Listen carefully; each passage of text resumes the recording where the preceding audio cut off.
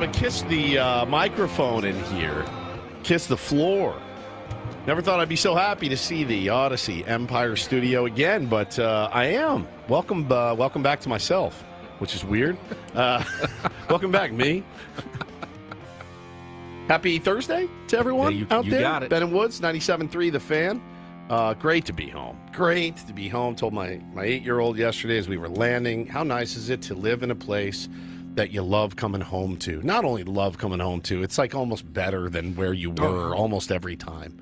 Almost every single time. So, yeah, man, great to be back here and see this. I would kiss it, but it is coated in doo-doo film. There is, look, I mean, I don't know what that is. Look at that. There's some. I don't eat in here anymore. Flotsam ever. There's some flotsam on here. on there. I'm not and sure maybe what, some what it jetsam. is. What's but jetsam? I don't know what flotsam is either. Except is that the foamy stuff in the ocean? It might be. Yeah. I don't know what jetsam is, but it's covered. But it's great to be home. I'm Woodsy. Paul Reindel's our executive producer. Good morning, Paulie. Mahalo, how are you? Aloha. I'm full of aloha and from my ohana time. People that go to Hawaii and then come home and appropriate the culture, and there are many. I know people. They come home and they like have appropriated the Hawaiian culture. It's weird to me. It's very weird. It's weird to not see you like with like dreads in your hair. Yes, wearing my henna tattoos Correct. all over you. It's weird that they do it. Like I lived in Hawaii for 6 months. Still, you don't have to talk that way. You know what I mean? It's very odd to me when people do that. Ben Higgins, your friendly neighborhood sports anchor, joins us as well. Good morning, Benjamin. Good morning. I had the same experience last weekend returning from Las Vegas, where it was 115 to San Diego. Actually, we had a waiter. You know, they always ask, "Oh, where are you guys in from?" Mm-hmm. And I go, "San Diego," and he kind of stops and he goes, "What are you doing here then? Why are you here? Why would you leave San Diego for what we have right now?" And I go, More whores and gambling here, It's Vegas. obviously. He said, I get it, but you're going to be very happy when you go back. And I go, yeah, always. I'm always very happy when I get back home from wherever I've been. It's always nice to be back in San Diego. Just strangely enough, the travel day yesterday was probably the most relaxing day I had on vacation, which is not ideal. But just how you drew it up. It's just how I drew it up. We had a moronically easy day. Like it was like the gods, the Hawaiian gods, reached down and they said, "Hey, brother, let's make this. Let's give you something. I'm going to give you something for this trip." And we got to the airport. No problem. Early ass call. Early, like left the hotel yesterday morning at 4 a.m. Got down there, no problem. Rental car, pull right in, leave the keys. Thank you, mahalo, and then walked to the thing. Timed it out. We had enough time for breakfast, and then they called our group, and we got on the plane. And the plane ride was up, down, 5 hours, 9 minutes. Piece of cake. We landed. Our buddy Bruffy was there to pick us up. He owns a limo service. Yeah. So he picked us up. Bags came right out. Got home. Everything was good. I was like, what did I do to deserve this? And I was like, man, get home, couple hours to spare, put the Padres game on, and that was terrible. But I don't know who got pounded more yesterday. The San Diego Padres are your old pal Woodsy in yesterday's Open. Now, I can hold this for a minute because I have gifts for you guys, and I want to give you your gifts. We'll do a little bread, meat, bread here on Ben. It's actually going to be more like bread, meat, meat, just so you know. Maybe, yeah, it'll be more like bread, meat, meat. But I'll give you your gifts now. Okay. And then we'll get into gifts. it. I got gifts for both of you. Do I still get a gift? Yeah, you're still going to get a gift. I'm still getting a gift? Yeah. I might have peed on it, but you're still getting a gift. All right, so Ben, I had tweeted the other day. It was kind of a joke, but I said I'm looking for a gift for my friends, but both in Hawaii, but both of them hate macadamia nuts. Can't stand them. What am I supposed to do? Macadamia Oh, I thought you didn't like them nuts. too. I don't know what you're talking about. I don't. But So he hates them. yeah. So he doesn't like them. Huh. So the joke being That's all there is there. Everywhere you go, like Cans of them, chocolate covered. You're like, here's our bread with macadamia nuts. It's everywhere. Today's soup of the day is chicken noodle with macadamia nuts. Everywhere you go. Oh, this pizza's macadamia nut crust with a macadamia nut finish. Every single thing. You go to the gift store and you're like, Jesus Christ. Here's one this. It's topped with shaved macadamia. Here's one big macadamia nut you can take home. Everything is macadamia nuts. Everything. So I was dying laughing. I'm like, what do I get these guys? So I tweeted it. You're not on Twitter, so you didn't see it. You could have weighed in and said, oh, no, I love macadamia nuts. Damn. So Ben writes back, candied pineapple, please. And I just wrote back, pervert. I don't know why it got me so bad, but candied pineapple. Candied pineapple is for me at least, the mark of a pervert. Well, first things first. I have to do this, as we always do. Hello, pervert. So here is your lid. Little lighter than the one last year, right? Yeah. Not quite as heavy. Paulie, you have to This get is nice, actually. your lay. Thank you. It's light. It doesn't have the. Just got laid by Woodsy. Remember the scrapers? Yeah, on that the was last one? very That was like, uncomfortable and itchy. And These are this is perfect. actually, I could wear this on Anchoring the News tonight. Those are everyday lays. You really this is should. These are your everyday lays. This really is an easy whereabout town Sounds lay. good in the mic. I could do this all day. Yeah, sounds good in the mic. All right, Ben. So here for you, I got you some candied pineapple chunks. I love it. Okay? Candy chunks. And Hello, I got pervert. you, because I know you love gummy bears, I got you 3D I gummy do love pineapple. Whoa. 3D. Yeah, three-dimensional is Aren't what that they- means. Aren't they all always gummy 3D? bears three-dimensional? I thought they were too. I haven't had any of these 2D. They're 3D. Now, and Paulie, It's I got a amazing. 3D cell phone right here in my hand, and I'm going to drink from my 3D coffee mug. Paulie, you're to the point now where you don't get gifts anymore, but your dog does. Oh, Your okay. dog, I got you a dog, a squeaky pineapple for your pup. I'm going to love that. And I didn't know that you like macadamias. I would have brought you some. And then these are some organic Hawaiian dog treats for your pup. Papaya Okay. instead of papaya. Pup. So I hope you guys enjoy. I do. Thank you for getting over the pervertedness of my request Oh, it and was giving me what I so- actually wanted. So perverted. So perverted. Eric said those are free at the hotel, by the way. Yeah, the Lays were free. The rest was not free. They definitely had island tax on them, which is a real thing. Holy cow. What's the baseball card supply look like on the islands? Less than it was when I got there. You're bringing back a good chunk of the island supply of baseball cards? It was pretty rainy in Kauai every day. And so, like you can go out in it and it's fun. But after a while, and plus we like ripping baseball cards. So we drove, we went to Ace Hardware, cleaned them out, got a bunch of cards. We had fun ripping those, got some decent cards in there, and then went to a card shop on the other side of the island when we went to do our tubing thing, which was a blast. But we went to a card shop and they had really not a lot, but we bought like the old Topps, Just some old stuff. holiday rip. We ripped those and we had fun with them. But it was a mistake. Every day my kids were like, should we go get more boxes of those holidays? I'm like, there's nothing in there. We don't really want them. Like, Right. I'm not just going to spend There's a money. reason to they're spend the money. only things on the shelf. Then we got to Oahu and I thought, man, there's going to be a ton. And we went to one place and it was called, I looked it up, and it was called Fantasyland.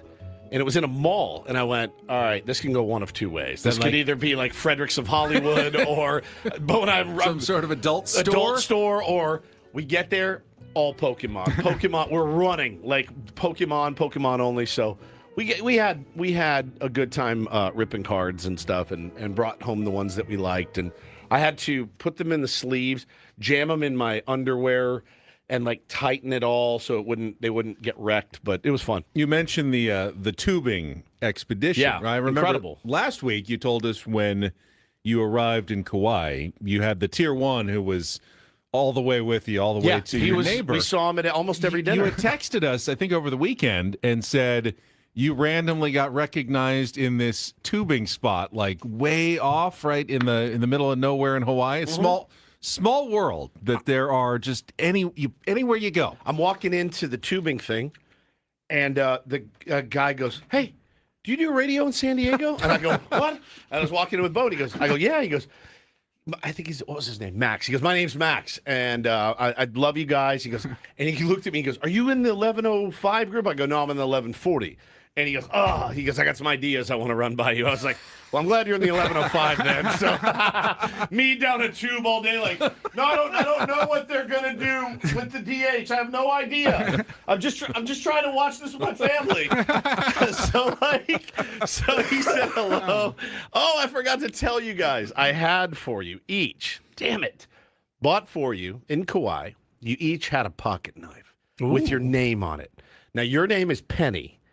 Pini, sorry. Penne. Yeah, Penne. I think it's Pini. Yeah. And yours is Paulo. Paulo. Yours is Paulo, and it had your names etched on them. Bought them, had them in a little paper bag, and when we went from Kauai to Oahu, I forgot to put them in my checked bag, and Hannah had them in her carry-on. That's not going to fly. So she got stopped. I didn't. She has TSA pre-check, so she would take the kids through TSA pre-check. I'd have to wait in the line with the degenerates, and so I get through, and she's like, "Great, your pocket knives got stolen," and I look like a criminal because they're asking me, "Ma'am, do you have any contraband?" And I said, "No, I don't have any contraband." And why are you trying to bring these two knives through? So she got them. She got them taken, but just know. Somewhere at the airport in Kauai, there's a nice pocket knife for each of us. It had a corkscrew. It had the toothpick. It was like a Swiss Army knife. You could call it the Morrissey of Swiss Army knives. Yes, that's exactly right. It just disappeared. Yeah. Completely no-showed on It's you. the thought that counts. Totally. I appreciate the thought. You mentioned, what was it, Fantasyland? Yeah, Fantasyland. The carving. I was driving home, and I was coming down, not on Convoy, but on Kearney Villa Road, whatever. It's right off of Convoy. There's like a Target and the Costco there.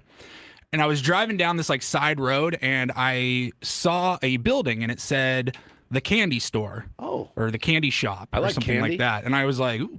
Like, candy had fan. the like floral wallpaper along the building. It looked like big pinwheels and stuff. It looked like a candy store. And I go, ooh, candy. And then I looked at the building again, and it said wings and beer special. And I go, I don't know any candy stores that have wings and beer specials. Apparently, there's a strip club in San Diego called the Candy Store. Oh, a new one. I never heard of it. I don't know if it's new or not. Well, they got a shout out to the Candy Store here on a pretty big platform in Benton Woods. It's a problematic name. I mean, you don't.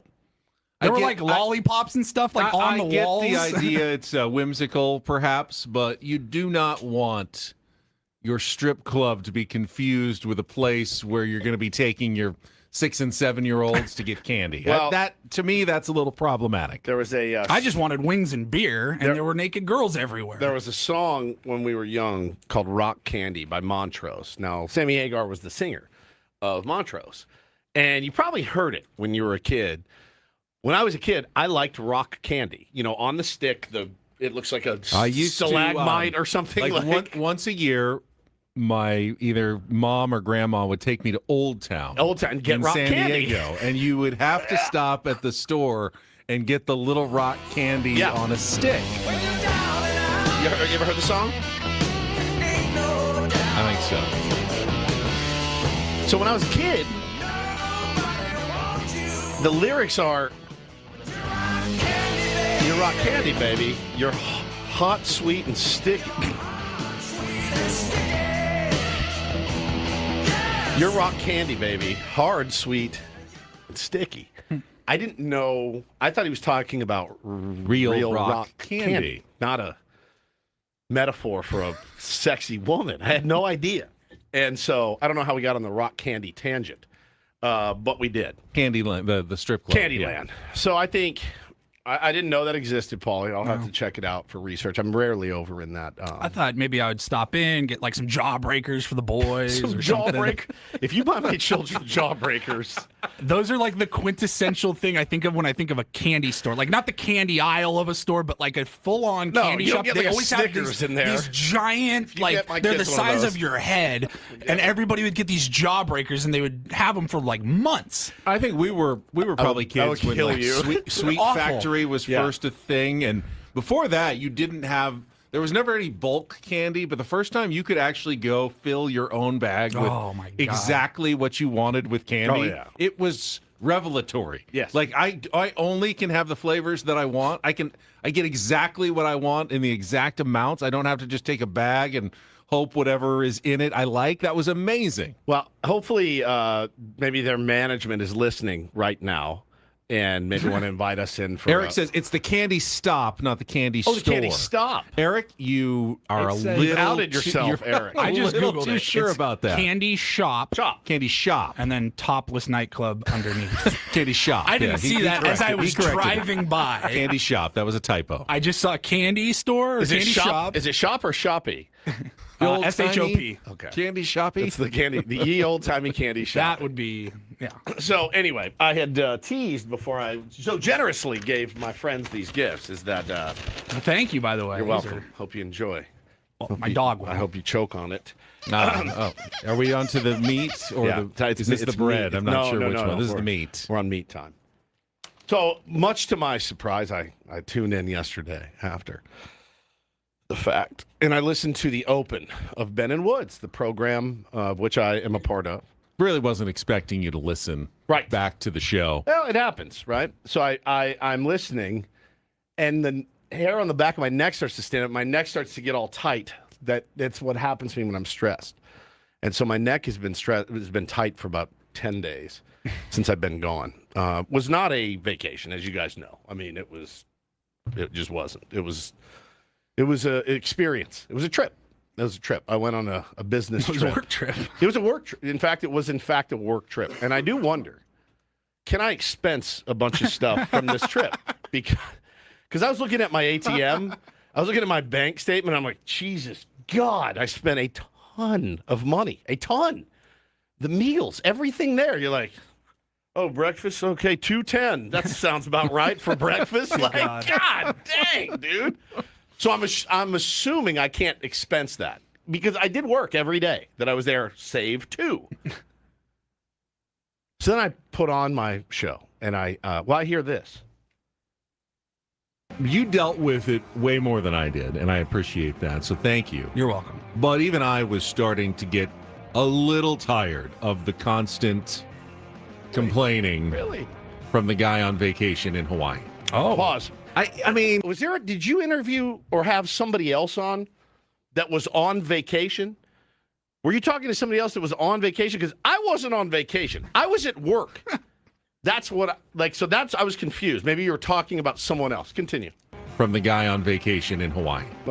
Different guy. I mean, I get it. I wouldn't want to get up at 2 a.m. to work when I'm on vacation with my family either. Pause. So I wasn't on vacation with my family. I was just in a different location. There was no vacation, as I've mentioned. Continue. when I'm on vacation with my family either. So I understand and I sympathize, but at some point, I just kind of wanted to tear my hair out a little bit. Oh, is that right? And again, You know who very else wanted to tear their hair out? Me, lugging all this gear, getting up at 2, putting off everything. It changes the whole dynamic of your vacation. When at 3:40 on a Tuesday, you're like, sorry, gang, I got to go watch this game. 6:40, it's over. Yes, now we can go to dinner. At 7:15, checking my watch, going, can we wrap this up? Because I got to get up at 2. It changes the whole dynamic. So I'll keep going. And again, very excited to have him back in studio tomorrow. We love Woods. We miss Woods, He hit me especially with in some our bread, foreplay meat bread. segments every single morning. Yep. But yeah, it was time for him to come home. Well, I'm home now. So Boogie says, yay, the diva is back. Do divas work on vacation, Boogie? Do they? Because I'm going to tell you something. Some things are going to change around here. So that's never happening again. Never. I'm never taking the gear with me again. Never. When I go on vacation, I'm going on vacation. When you go on vacation, go on vacation. When you go on vacation, go on vacation. New Ben and Woods rule. Never happening again. Never. I don't think that's not a very unique rule either. It shouldn't be. So I gave you guys plenty of notice. A year in advance, I told you the dates when we were going. I can tell you the dates for the next 2 because we already have them booked. It's in the books. I shan't be doing it again because it was so detrimental to my mental health my physical health, and my relationship with my family. It really was. It sucked. And I'm not going to get guilted into it by Adam. And I was going back through my text going, yeah, no, this isn't right. It's not right. Like, you don't have to work, but if you want to, like, no, that's not what we're doing heretofore. It's not happening again. Just so you know, it sucked. It really sucked. And you let us know about it every single day. Which is my job. I get it, and I was letting you vent. It was a lot after it was a lot. Ben? It was a lot. It was a lot for all of you. It was a lot for you. It was a lot for Paul. It was a lot for me. It was a lot for the tier ones. I agree with you that you're probably right that you shouldn't take the equipment anymore. I'm never doing it. Because the technical difficulties, the hassles of setting it all up, you had every right to complain. But at some point, I just felt like I'm ready for it to be done. And yesterday, I was just like, I was over it, and I was ready for it to be done. I apologize. You deserve better. You certainly deserve a vacation. You work very hard, and I appreciate you. And I am very glad that you are back here in studio with us. But I was ready for your Hawaiian, and I won't call it a vacation, your Hawaiian trip. Yeah. Your never-ending Hawaiian trip to finally be over and have you back here with us. Trust me. I was ready to go, too. Now, listen, the other part is our show is a sitcom. Did you want me to? Because I heard your next part where you're like, well, I just wear it. I just don't say anything. Well, that's obviously not healthy and hasn't served you exactly. It hasn't really served you well. Self-criticism of myself. It hasn't really served you well in your career or your life. I could use a little more Woods. You could use a little more Ben sometimes. But, like, our show is a sitcom. So if I log on in the morning and there's a text or a tweet from Adam or something, yeah, I'm going to talk about it because I think it's interesting. Mm. If I came off like a diva, fine. I was furious. You know who else was furious? My wife was furious. She was not happy. Like, that's a family vacation. And I'm like, sorry, the whole world revolves around me here. And it's not what it's supposed to be. 2 years ago, I went. Remember, I came back and was like, oh, this is the great. I finally feel relaxed for the first time at that time in like 45 years. I felt so good. I was trying to think, not that I am suggesting that you should ever have to work or feel like you have to work on vacation, but I was trying to figure out why was this year so much different from like last year? Because I feel like last year we tried the same kind of setup. I never left Kauai. That was part of it. Yeah, the hotel stuff. I mean, that's when I was ready to throw in the towel. And I think I told you on the phone, I said, look, if I'm at my boiling point with all of this, figuring it out, calling people, trying to get your connection going. Like, I can only imagine how frustrated you were if I was starting to get the F-its. Dude, my in-laws are looking at me like, oh, okay, like, are you going to hang with your family or you're not? You're going to watch a baseball game? Like, it's not doing it, man. It wasn't working for me. But I'm sorry that I bothered you so much with my content, number one. And I'll try not to. I can just turn foreplay over to you. If that's fine, we can do that. I can do the reach around. Like, that's not hard. Just say, I was ready for something different to complain about rather than the technical difficulties. But it was so. What you don't understand is like, it literally invaded the day. Yeah, the whole day was like, is this going to work? Is it going to work? Am I going to be able to? Because what it boils down to is I didn't want to leave you guys in the foxhole. I didn't. That's what it boils down to. I get that. And it's not like I was wishing you weren't here with us. I was so glad that you were on the show the whole time. I don't need to be on the air for my own edification. I don't. I hate the sound of my voice, and I hate what I have to say 99% of the time. I hate myself. You know that. But I really hate myself now because I blew 10 days with my family, right? And that's not going to happen again, just so you know. I lied. Tuesday is going to be a hybrid show because my 5-year-old starts kindergarten. So I'm not missing that. I'm going to work in the morning. No problem with that whatsoever. I saved the gear. I got the gear. I'm leaving it at home. And at home, it should be fine. And then I'm going to work for like an hour and a half. We'll take him to school, drop him and Bo off their first day at school. And then I'm going to come back and finish. So I'll do like the opener / closer that day. You guys can have I'll do the breads and you guys do the meat. So I wasn't very pleased. I texted Ben last night and I go, we're going to discuss the Open tomorrow, and he brought up some fart story, and I go, I don't know what fart story you're talking about. I didn't make it that far. I go, I didn't make it that far in the foreplay. So that's how desperate you got. You had to go to fart. Yeah. Fart humor. Fart. You did. Well, part of yesterday's Open was just coming up with some foreplay to get, without you, foreplay can tend to sag a little bit. I thought it made you want to pull your hair out. It's yours now. All right. All right. It is time to take a little break and get us going on Enjoy your candied pineapple. I am so happy with my Creep. 3D pineapple. I didn't Next really time get I want that either. 4D pineapple. Crack one of those open, by I want- the way. I want to see I what want they taste space and time as well with my pineapple, not just like. No, they're depth. flat. like a fruit roll-up. Not just depth and width. I want a fourth dimension of pineapple. We will come back. Yes, we will discuss Casey's demise yesterday in his first start for the San Welcome to Diego the San Diego Padres. Padres. Yeah. That was a rough one. Tough night. Setting up a enormously important game for a 162 game season tonight in the series finale. We'll talk all about it. We've got Woodsy back. Let's get this thing going. It's Ben and Woods broadcasting live from the Bill House Studios. We know how on San Diego's #1 sports station, 97.3 The Fan.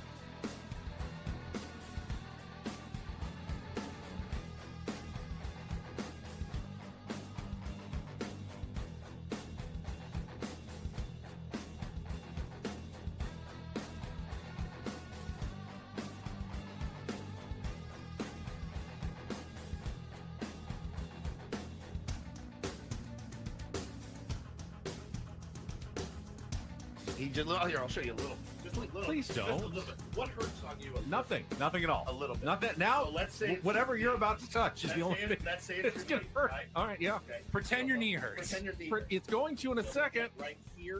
Oh, that is not pleasant. Hey, player, this is all yours. This room with this view. This speakeasy with this cocktail. Hey, could you make that too? The spa with this. Ah. And this pool on this roof. This is all for you. The all-new Hamul Casino Resort, now open.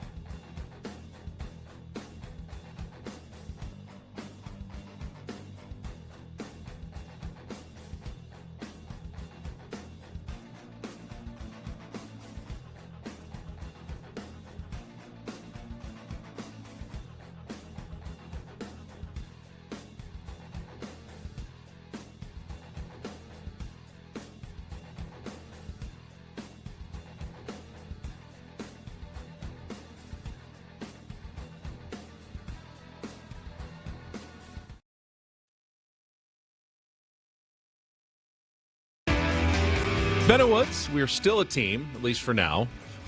Back with you. Brought to you by David P. Oh. Shapiro, criminal defense attorneys. We always were. Yeah, you're not going to stab me?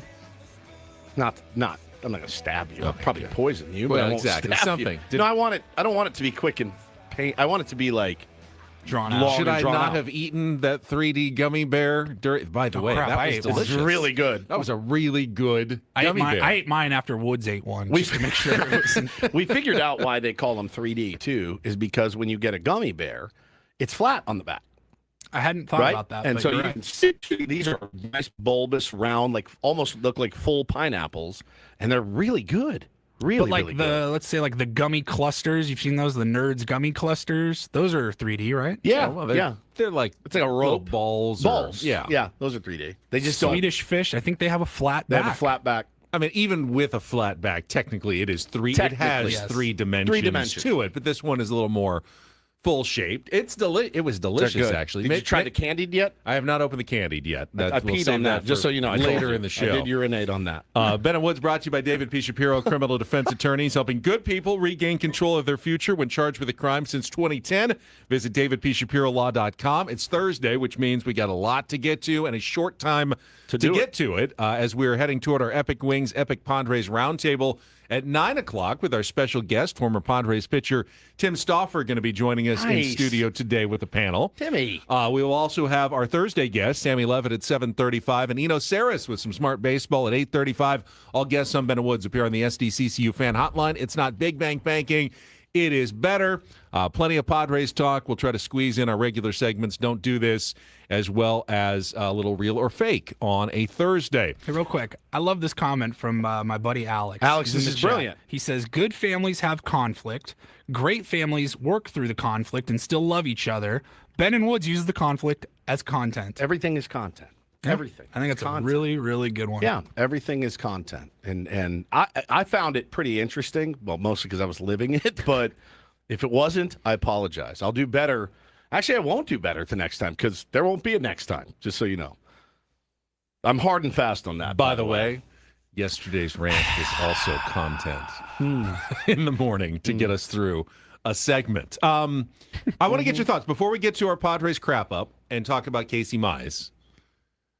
You weren't here yesterday for the discussion of Nick Pivetta and him walking off the mound on Tuesday morning, what a looking like I was confident we were never going to see Nick Pivetta pitch for the Padres, at least this season and maybe ever again. I legitimately, the first thing I saw, I was there, I was like eating breakfast, and I saw it, and I go, oh man! I showed my wife and kids, and I go, I can't look at this, and everyone's like, oh yeah, he's toast. And then I started going, did he have to poop? Did he shard? He sharded because we've all done that shark walk before. Like, yep, that's it. I'm right in the middle of whatever I'm doing, and I've got to get to the bathroom. I've done it a million times. Then I thought, he's a hothead. We know he's a hothead. Yep. Is he? At least when he's on the mound. Yeah, he's on the mound. Is he furious that he thought that should have been a strike? And he's like, he thought that was the end of the inning. and he's like, I'm over this single A crap at 11 o'clock in the morning. I'm done. I threw my pitches. I'm out. I thought that same was thing, weird. But I thought even for a hothead, like Nick Pivetta is still a professional. He's actually a professional in the sense that he wasn't he the team rep in Boston? Like he Yeah. is loved. He is a big league ball player. When you walk off like that in a game, if you're not actually hurt and you're just doing it because you're angry or you're embarrassed to walk back out to the mound, Yeah. now that's putting another teammate in jeopardy because Correct. now somebody's got to come Gotta out of the get pen hot. cold. Like Yeah. this isn't a spring training game. You're like, hey, we're just gonna run. We're gonna play 4 outs. You're or right. whatever. Like, you can't do that. Right. So I thought it was a possibility, but I didn't think that was actually. Well- I don't think anybody in big leagues would do that. And then the reports come out, and I don't understand. They didn't do imaging. I don't understand why not do imaging. I thought it was crazy that he threw a bullpen after that. I did Even if he too. said he felt good, I thought that was weird. I don't understand it. Now, again, I've seen a lot of people on social media. I'm not trying to be condescending here, but you don't know, and I don't know. I don't know anything about what it entails and what it feels like to. I did have elbow surgery once, and I do remember how dicey it was to throw ever again. And it's really freaky when you have an injury. If you bust your knee and then you're like, hey, Benny, give us a full sprint. You're like, I don't feel confident on Yeah, this. I think we could all empathize Yes. with what it was actually Joe who described that uncertainty going, Yeah. all right, there's going to be Yes. some pain, but How much and what's normal and what's not normal that you get really spun out Yeah. by all the feels in your elbow post-surgery when you're trying to come back. So I thought it was weird. I guess the quote was something to the effect of he had some tightness, but then it went away, and he's like, well, let me go rip 30 pitches at full strength. I think the thing that concerned me, though, and I hate to get on here and be like, I don't buy any of it, because there's that faction too, which I understand.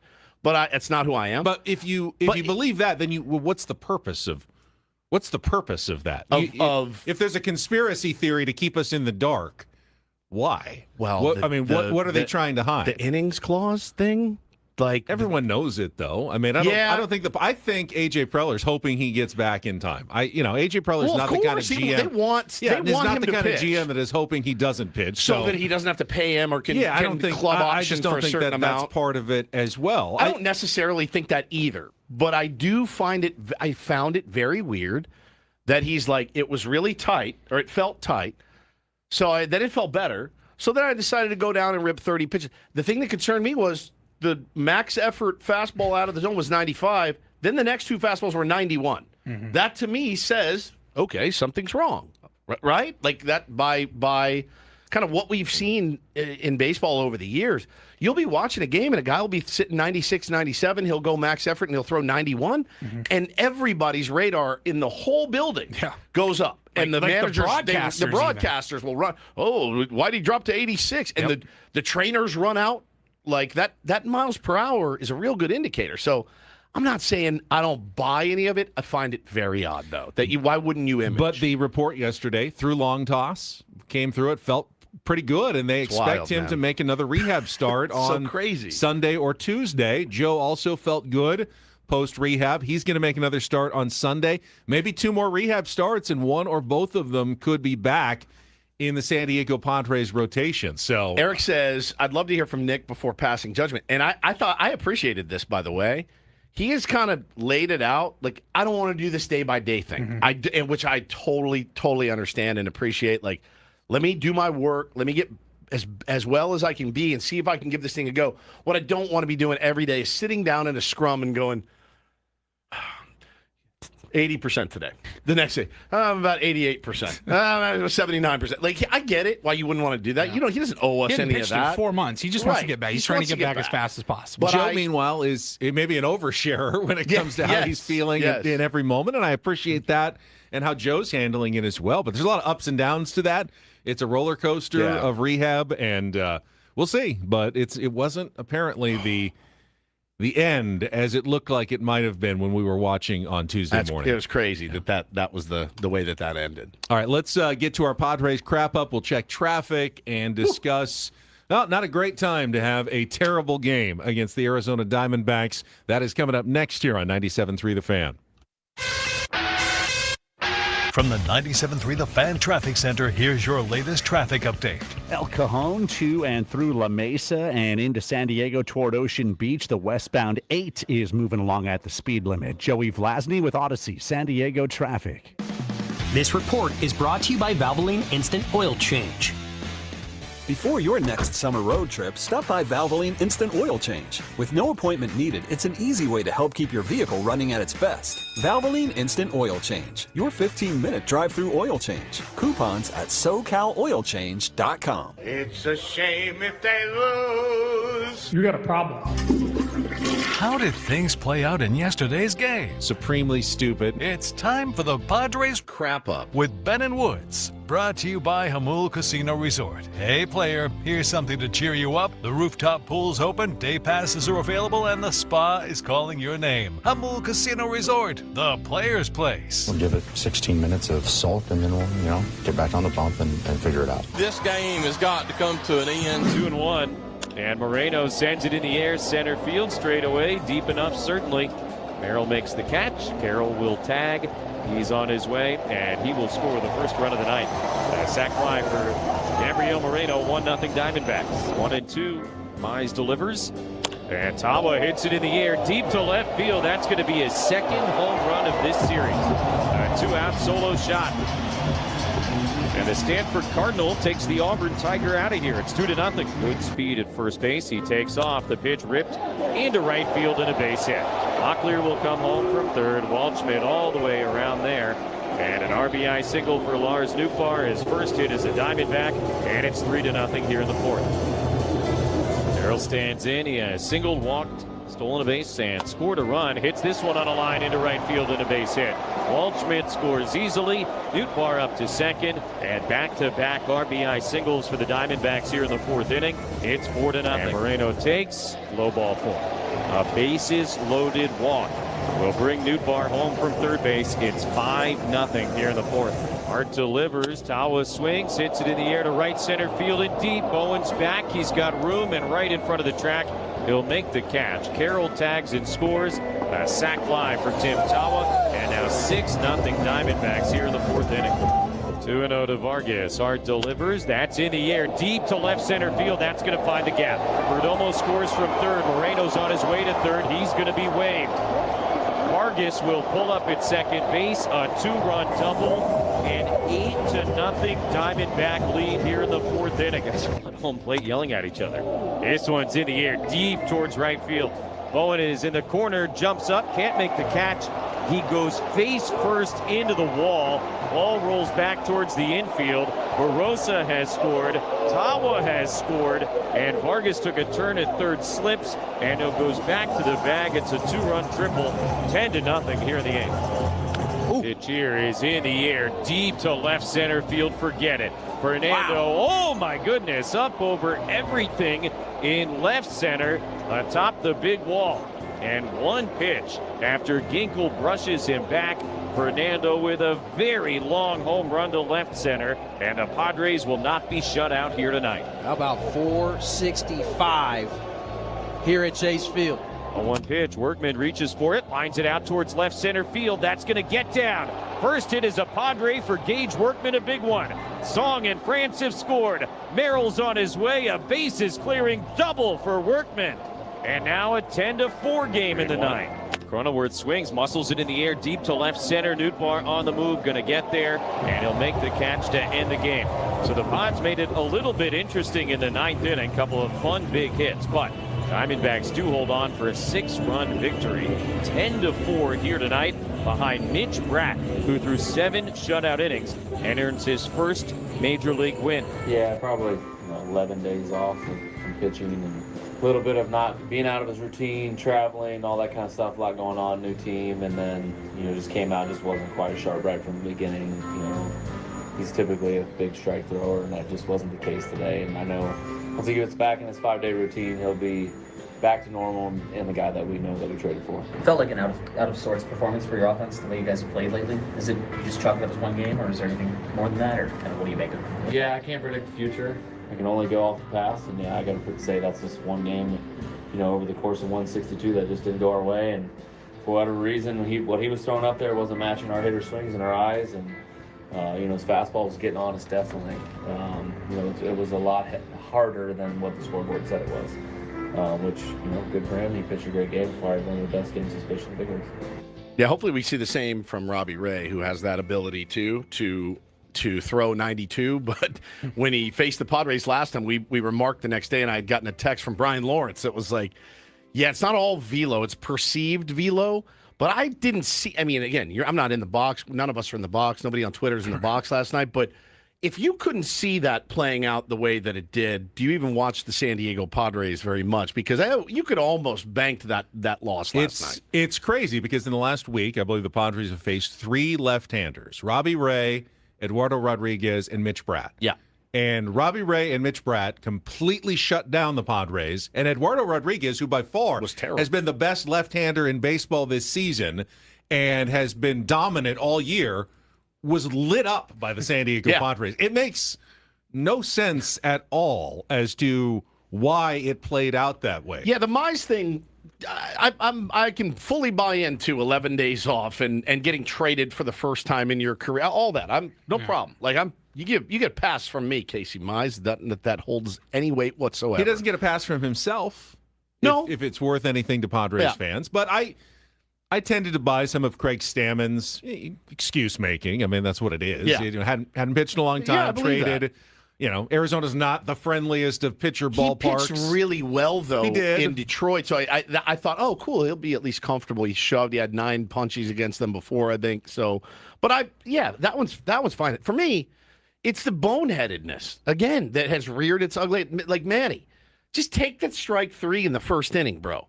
Just take, like, if it's a K and it's not egregious, just take it. Innings over. There's nobody on. There's 2 outs. Yeah, unless the bases are loaded or something. Like, it's just such a dumb ego. It's such an ego challenge. And then Campy forgetting that we didn't have a challenge. Like, we're in a we cannot figure out the challenges. You guys are you're hunting for a playoff berth here.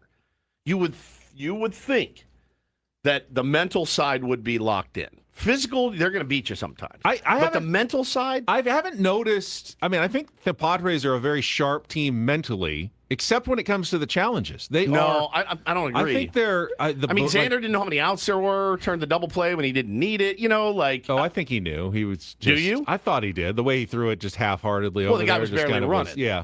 But maybe he just threw it to throw it. I think he just threw it to throw it. But I mean, the challenge thing is a real issue. And I don't know how they solve it. But Benny, so is the taking bags when you don't need to, stealing third. They're an old team that plays like a team full of kids sometimes, right? Like, and again, you had such a brilliant offensive performance the night before against their ace. I think Christopher Sanchez would beg to differ that Eduardo Rodriguez is the best lefty, but against one of the best lefties, I think that's fair to say. He's the fourth best ERA in all of the National League. Yeah, so he's definitely one of the best pitchers. He's one of the best pitchers. And one of the best lefties. You took it to him. You should be salivating at this kid with a 6 ERA or whatever, making his 4th start. We've seen these guys dominate this team over and over and over throughout the years. That's the lack of, like, killer instinct, foot on the throat type situation that, we talk about a lot on this show. And you can think it has merit or doesn't. I believe that it does have merit. I do, because I've seen it too many times. Not that it's a choice, but it's like this is such a habit for them of, like, I don't know that they take their foot off the gas. I don't know that they're too confident. But it's like we've also seen an incredibly resilient team that bounces back from losses like this and fights late in games and comes back. So I think it's very difficult to try to psychologically analyze this team as to what you think might be going on, because they're a contrast. They're it's the most bipolar team I've ever seen. It is. It's like the weather in Kauai, dude. It's hotter. It's hotter than balls 1 second, then it's windy and cold, and then it starts to rain, then it's hot again. Like, and I think that's probably true of damn near every baseball team other than maybe the Boston Red Sox right now. I think it's probably pretty true. Most fan bases every night are going, which team's going to show up? Dodger fans are certainly feeling it, but I think that really the Red Sox may be the only team in baseball where you're like, these guys are going to win tonight. Because I think they believe it. The loss last night, though, does really make it important. We'll check the standings with our MLB reach around and why tonight's game, I think, out of 162, might be the most important game of the season for the San Diego Padres. I'm not kidding. We've heard this. I really don't say that often, but I think it is, and I'll tell you why next year on 97.3 The Fan.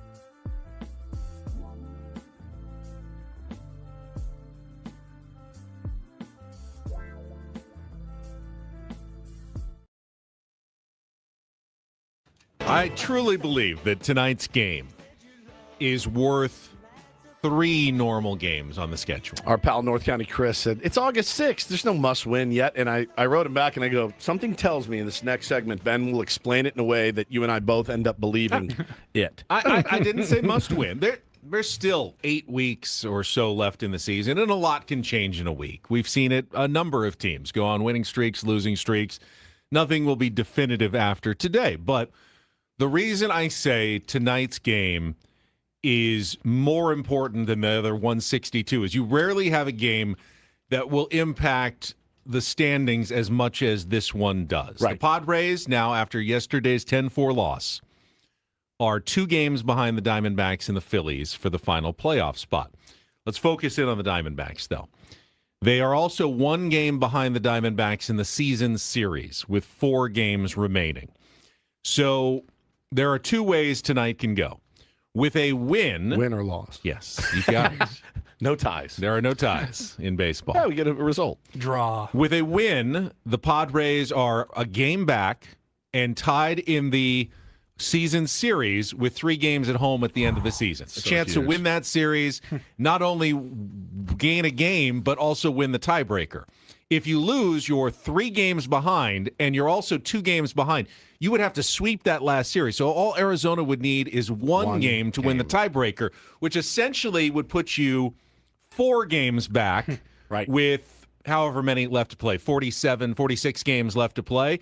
Whereas if you win, you're 1 game back and likely have a chance to win the tiebreaker, which almost makes you even. So in that sense, today's game is worth triple what a normal game really is. Now, maybe the tiebreaker won't come into play, but feels like there's a good chance it will. So tonight's game, to me, is the most important right now of the 162-game season. Now, you get to the end, and the Diamondbacks and Padres are tied going into the last game. Sure. Obviously, that will be the most important game of the season, but for right now, this game has a hugely outsized importance for the San Diego Padres and Arizona Diamondbacks. So you may have covered this yesterday. So why isn't Robbie Ray going today? So we had this yeah, we did. I said yesterday before the game happened, I said, look, if they lose tonight with Casey Mize, right, and they did, we already had an idea that Walker Buehler was the guy that was going to go tonight, and I go, why are we waiting until Friday for Robbie Ray? If he's here and ready to go and all of that, we didn't know what was going on. Maybe his flight got delayed. But he was activated yesterday. But if he was there, which he was activated, and Herman Marquez was DFA'd, so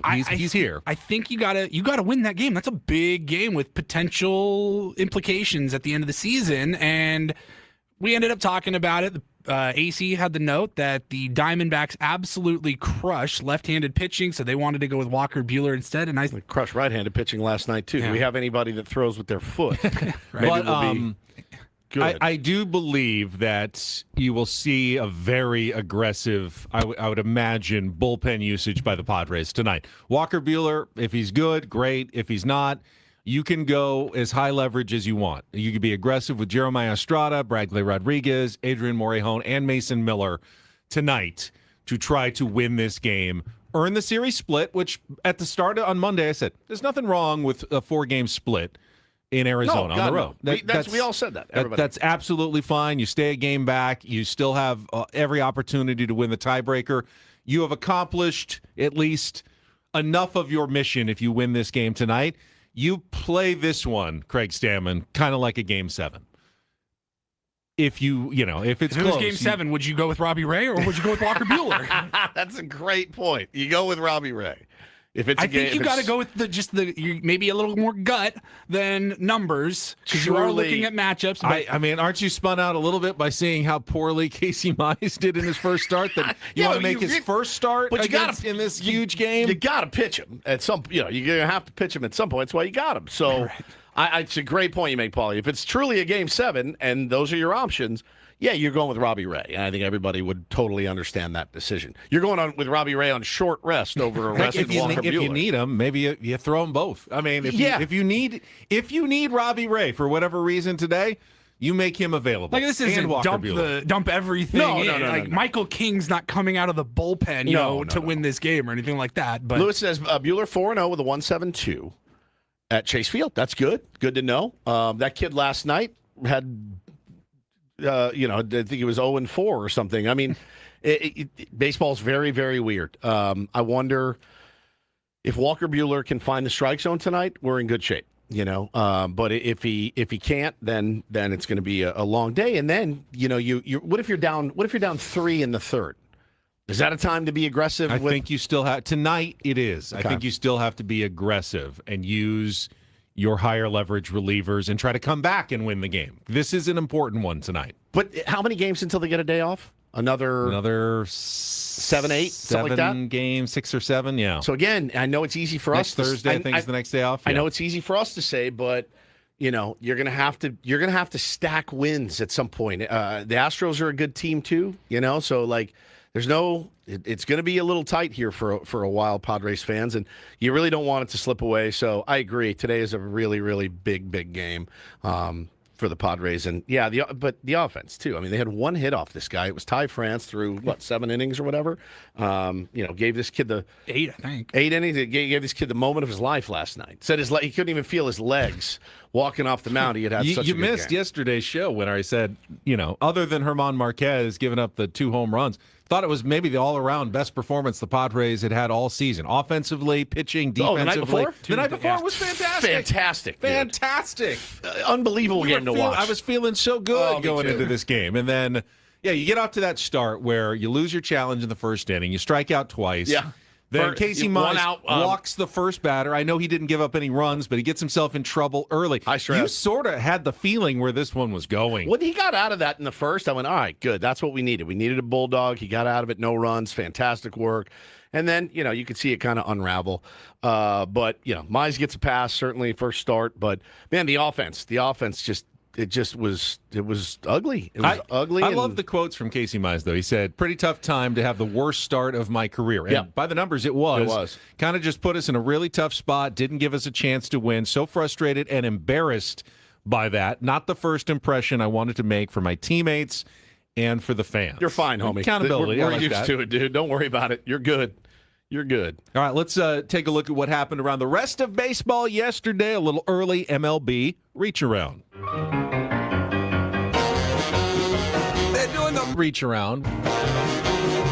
They're doing the reach around. Everybody's doing the reach around. All right, we will start in the National League where the Dodgers skid reached 6 yesterday. PCA, Pete Crow Armstrong, with a pair of home runs and a double and 4 runs batted in as the Cubs held off the Dodgers 7-6 to sweep that series. A lot of talk of the MVP race between PCA and Shohei Ohtani. Also had a leadoff home run in the game yesterday, but not enough for the Dodgers, who continued to skid to the delight of many Dodgers fans. You tweeted the same reaction I had yesterday. It was wild. Of all the Dodgers fans who seemed so happy to just rub it in everyone's face. Look, we're not that good. We're not ruining baseball. It's the wildest thing I've ever seen. And some of them wrote me and they're like, you don't get sarcasm. I'm like, oh, no, I do. I have a PhD in it, to be honest with you. Nobody's better at it than me on the planet. I go, I know the difference.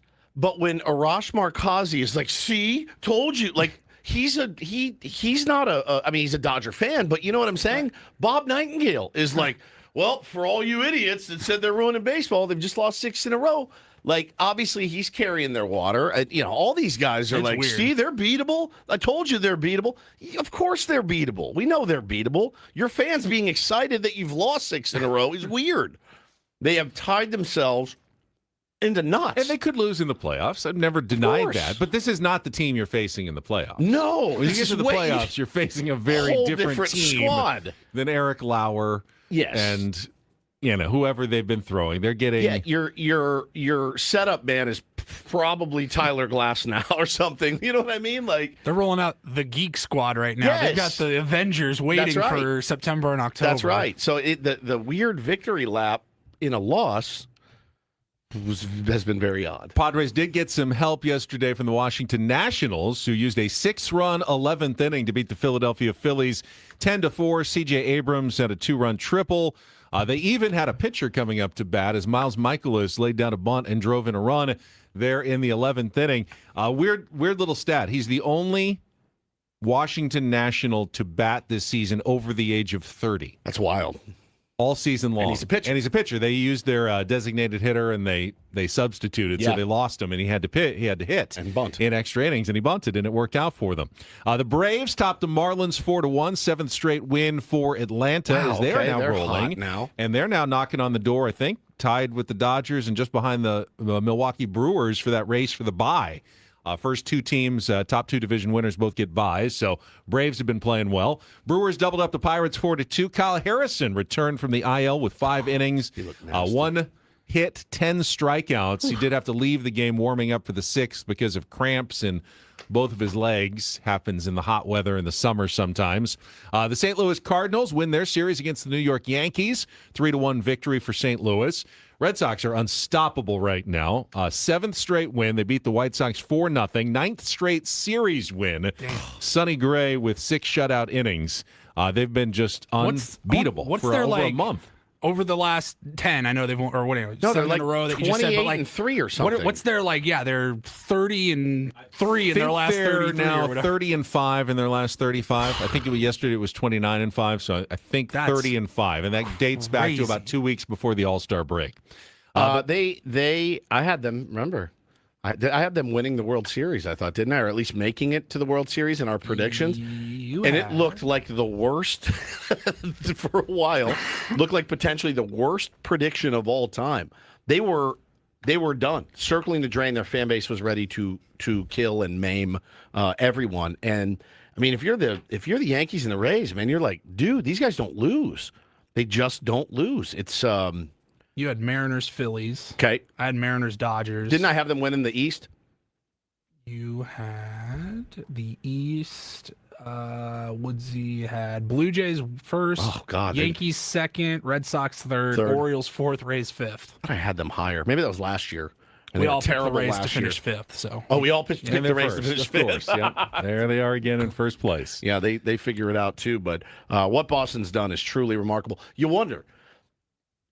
You want this team. You want your team to really get hot in about 3 weeks. About 3 weeks a month. Are you just burning yourselves out right now? You had to do it to get back in the race. You're never going to complain when your team's playing that well. Never, you're right. It doesn't do you nearly as much good now as it does. It helps in October. It helps. You're back in the going to win a World Series for sure. Yeah, it's good to know you can do it. Yes, good to know you can do it. Mets beat the Guardians 6-5-10.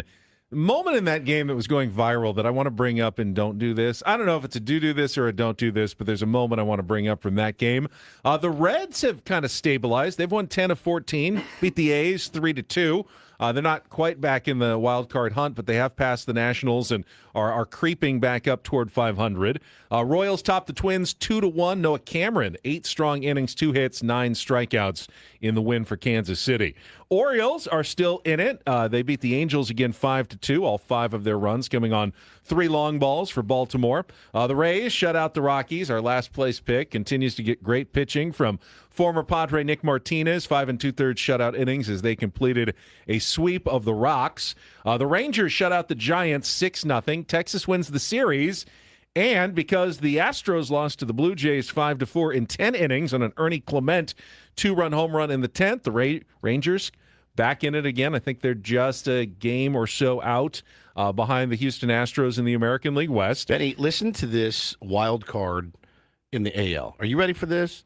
Yankees, Red Sox, Rangers. Rangers and Guardians are tied, right, for the 3rd spot. Yep. The Orioles are a half game out. The Mariners are 1 game out. The Twins are 1 game out. The Tigers are 1.5 out. The Blue Jays are 3 out.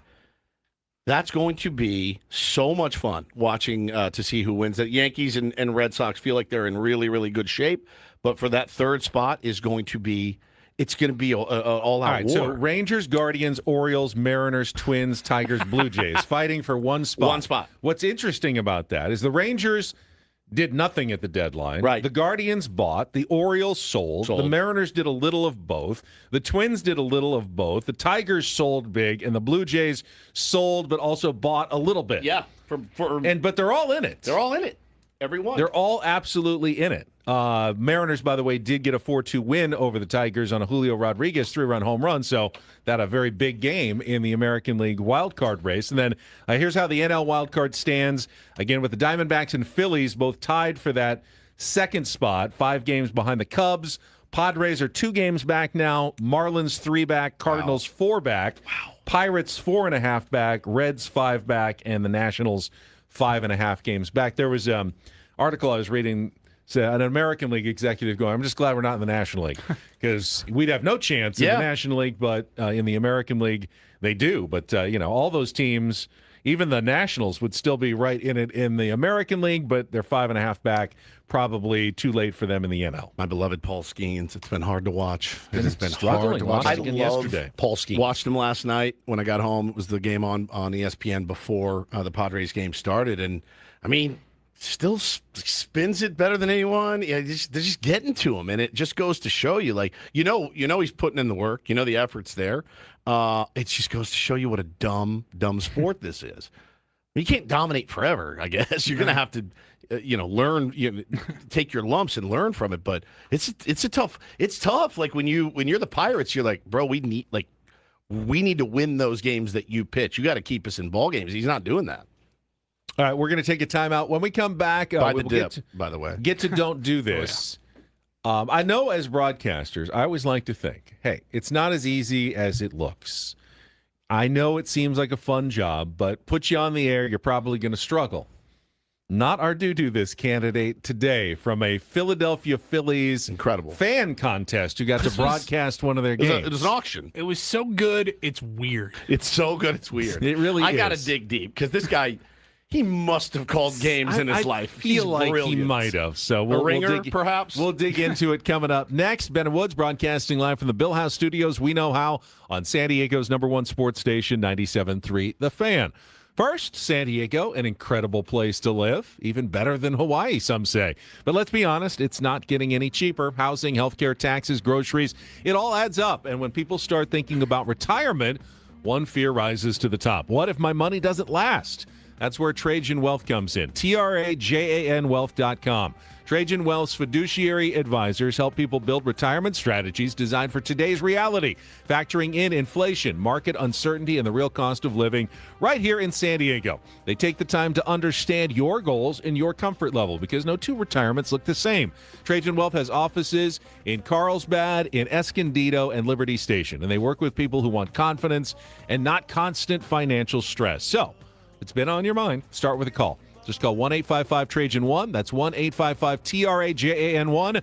Or just take a few minutes online at TRAJANwealth.com. Trajan Wealth. Plan smarter. Dream bigger. Advisory services through Trajan Wealth, LLC. Additional services through Trajan Estate and Trajan Tax. Actual client. Paid advertisement. Additional disclosures at TrajanWealth.com.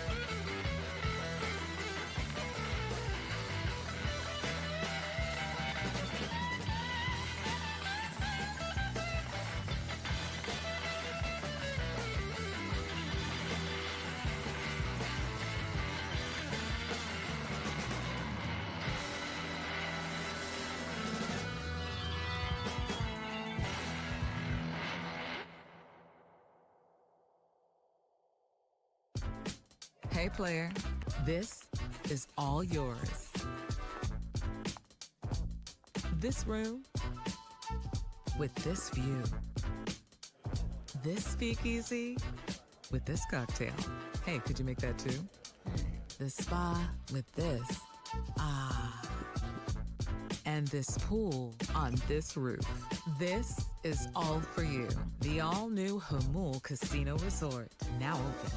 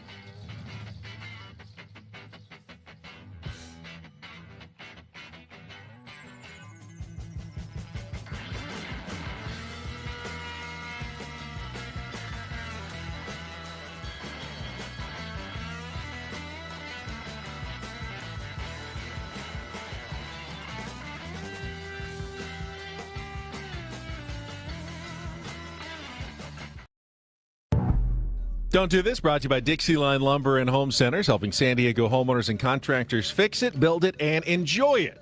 So I mentioned that the Mets game featured a moment that I think could kind of be a debatable don't or do this. Mm-hmm. Certainly made a lot of people happy, made a lot of Cleveland fans kind of mad, but Jeffrey Yan made his major league debut. Now, you might have seen him in the minor leagues on social media videos in recent years, but it hits differently when you get to the big leagues. When he strikes a batter out, he has this celebration where he leaps insanely high into the air, like doing the splits, like jumps up and splits his legs and jumps into the air. It's an incredibly athletic and he move. Like taps his hat. Looks like David Lee Roth. Slide. Like, he does like the Soto shuffle almost. Yeah, it's like Panama video for those that grew up in the 80s. Now, I was watching the highlights last night with my son, and he goes, man, it feels like you're going to hurt yourself doing that. Like, you land on your ankle funny. That's got to be a very dicey way to be celebrating every strikeout. Which is one reason why it could be a don't do this. Obviously, the other one is a lot of people think you're showing up the batter, your opponents. Sure. The fans are going to get mad that he got booed in Cleveland. But it also fired up his own dugout. You know, Andy Green, the interim manager, said, I think it's okay now. You know, everyone knows that he does this. He's not doing it to show up. It's just his personal little signature. So, you know, he was arguing in favor of his own player. What do you think, Woods? Listen, the thing is that, you know, I don't know why he does it. Obviously, he's 30 years old, man, making his major league debut. But he's done this. He does it in the minors. He's always done it. I'm a big fan of joy in the game of baseball, and I think that joy gets tamped down a lot in the game of baseball. I think this one's a touch over the top, but I also we grew up, Benny. Remember Al Hrabowski, the reliever? The Mad Hungarian. Guys have been doing bits, and guys have been doing things like this for years. Ozzie Smith used to do a backflip when he ran out to shortstop. Like, guys have... People act like, oh, well, in the 70s and 80s, these guys just put their head down and went to work. No, dude, you had... Did Ozzie Smith, did that ever come across as showing up somebody, though? Maybe not showing up, but showboating. Hey, in baseball back then, Paulie, it was more like you don't want anybody. You didn't want anybody to know your name. Almost, it was just like I show up, I put my head down, I go to work. There's always been characters in the game. Bill Lee was a character. Spaceman was a huge character. There's always been guys in the game, so I understand now. There's more of it. Are we seeing a Savannah banana-ification a little bit of Major League Baseball? That people see how popular that is, and they want to add more flair and panache to the big league game. I always go back to Fernando Rodney, and I remember people getting so mad that he cocked his hat to the side. And he did the arrow. Now, the reason he cocked his hat to the side was for his father, who was a fisherman. It's an homage. And I thought, once I found that out, I went, that's freaking badass, man. I don't care what you say. That's cool as hell. Is this an homage to I don't know. That's what I was wondering. Is he doing this for someone? But listen, at the end of the day, it's going to come back to bite him because it always does. I think it looks weird. Like, I think it's kind of like, dude, you're supposed to get strikeouts. You're a pitcher. Like, if Steph Curry jumped on the scores table and celebrated after every three that he made, we'd be like, would we say, hey, he's just having fun? Or we'd be like, dude, you're supposed to hit threes. I really don't necessarily have a problem with it. And the reason that I don't is because I know that he'll get got, because it's just the law of averages in baseball. Somebody will get him. I forgot who said it in the chat. They go, I bet he wouldn't do that if pitchers still had to bat. Did you see Jose Ramirez yesterday in the dugout doing the guy's dance? Now, they lost. Like, the Guardians went out and lost that game, but it's. I thought it was cool. I'd like to see you try. See how far off the ground that you could.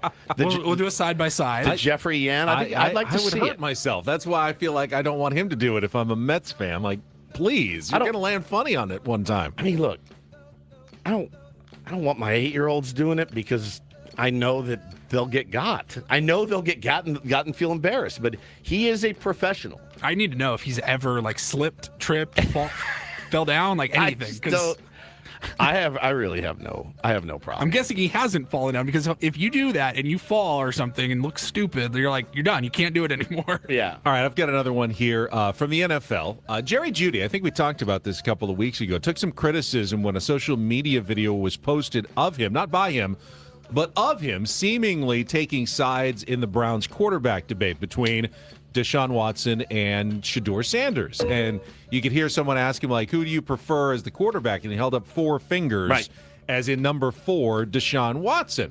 Well, in this TikTok live stream, he said, someone totally edited that out of context. Yes, I was asked that question, and I gave a non-answer. Yeah. And then later I was asked, how old's your daughter? And she's 4, so I held up 4 fingers. And they edited it together like that was my answer. If that's true, that's devious behavior. That is. That really threw Jerry Jeudy under the bus, or maybe Jerry Judy's coming up with an explanation after the fact, because it truly apparently is an open quarterback competition between those two guys in Cleveland. And if you're a wide receiver, you don't want to appeared to take sides in an open quarterback competition. Well, you got to be a real dirtbag to take somebody's audio or video and play it out of context ever. I think that's probably violates most of the rules of civility in society. I agree. I couldn't even imagine ever. Really wish that it didn't happen. So Yeah, I could never bring myself to do it.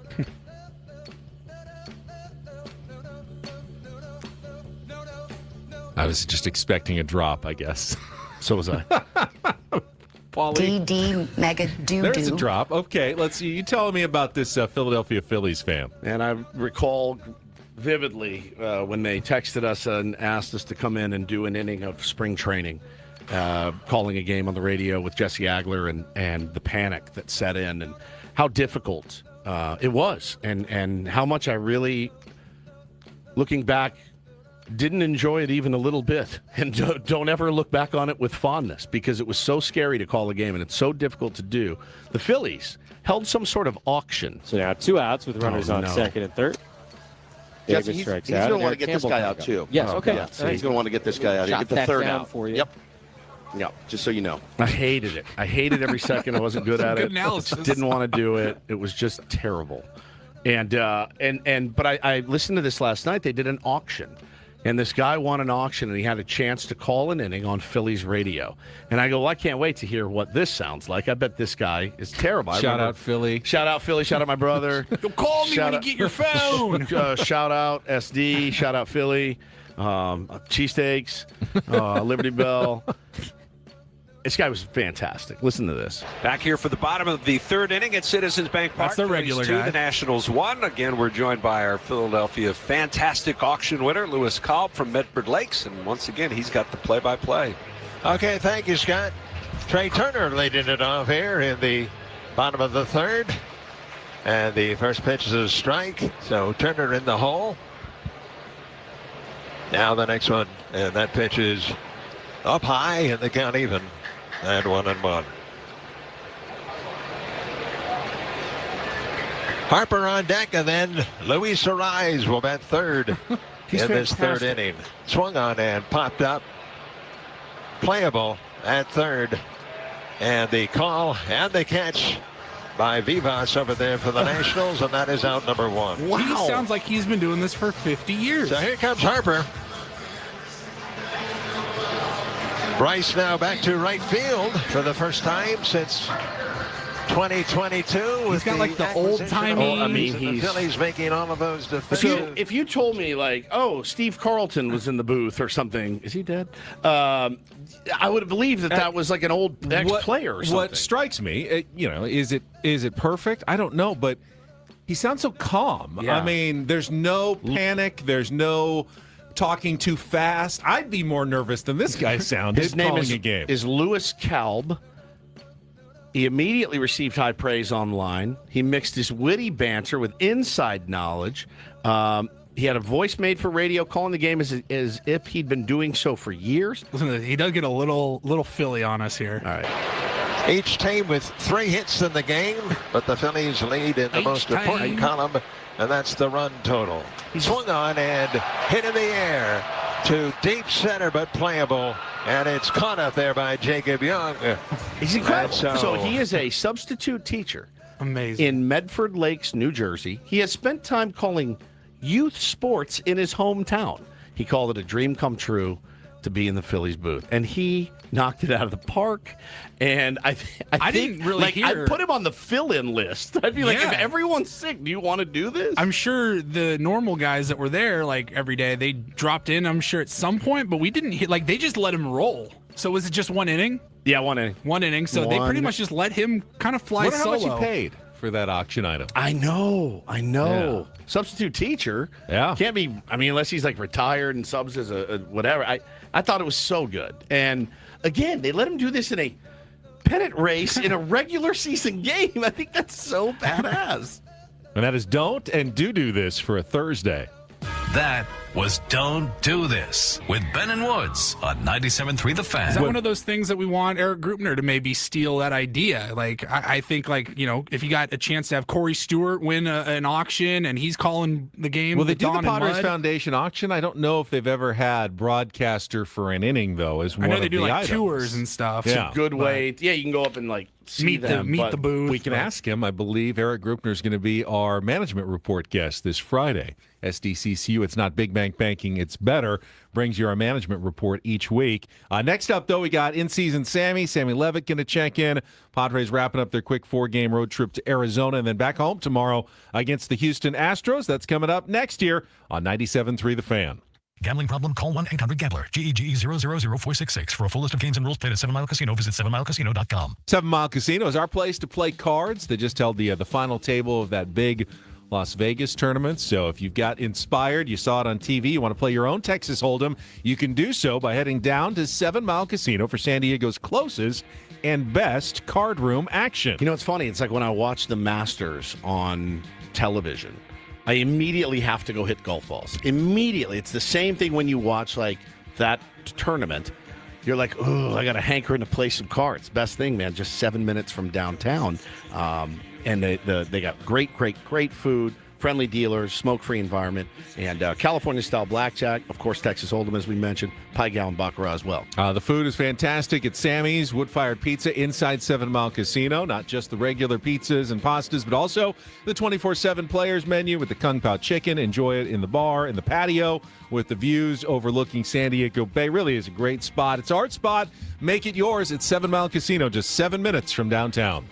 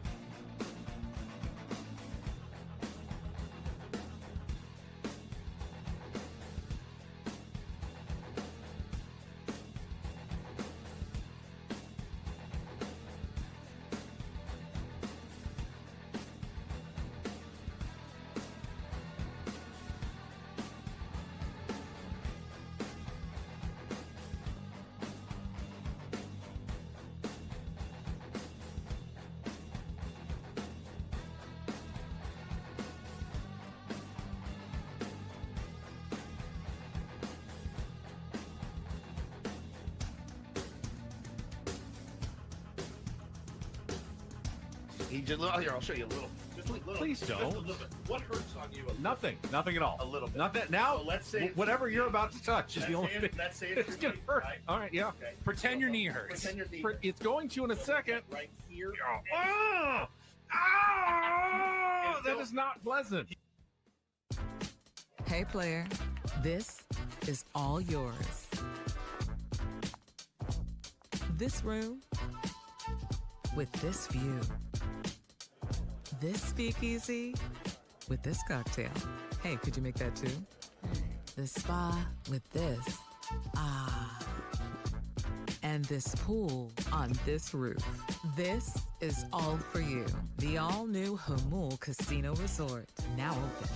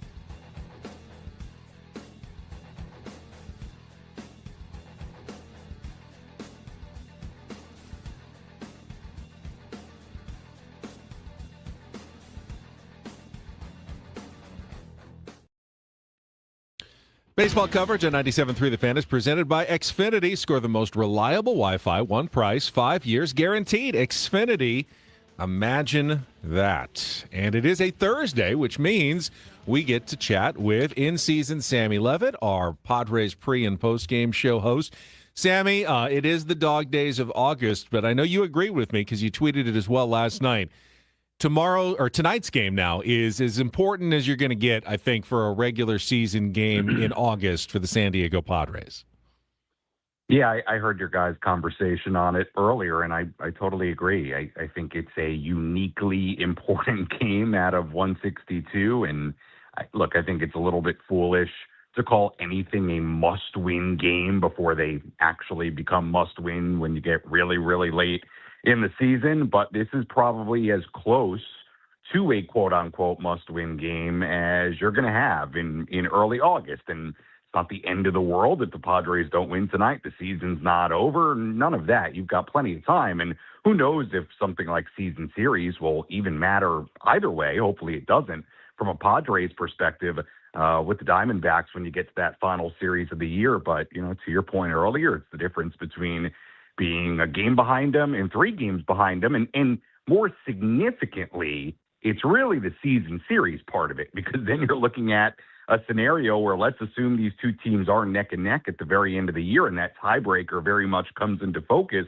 But you're looking at a scenario where you would have to sweep that series at the end of the year to win the tiebreaker, and the D-backs would have to win only 1 game to have the tiebreaker at the end of the year. So it is a uniquely important game. I think to your guys' point earlier, it's going to be pretty fascinating to see how they treat it from a pitching standpoint. How long is the leash tonight for Walker Buehler? Again, could this uniquely be a game where you are very, very aggressive with your bullpen? Maybe that's one of the benefits of last night's game going the way it did, was that you didn't have to use any of your high leverage guys. And I do think it sets up an interesting scenario tonight and how you want to treat this game. And obviously the offense needs to do more as well. We used to have a name for the must-win game that wasn't a must-win game, and I cannot for the life of me remember what we on this program used to call it, but we had something for it, and I can't remember.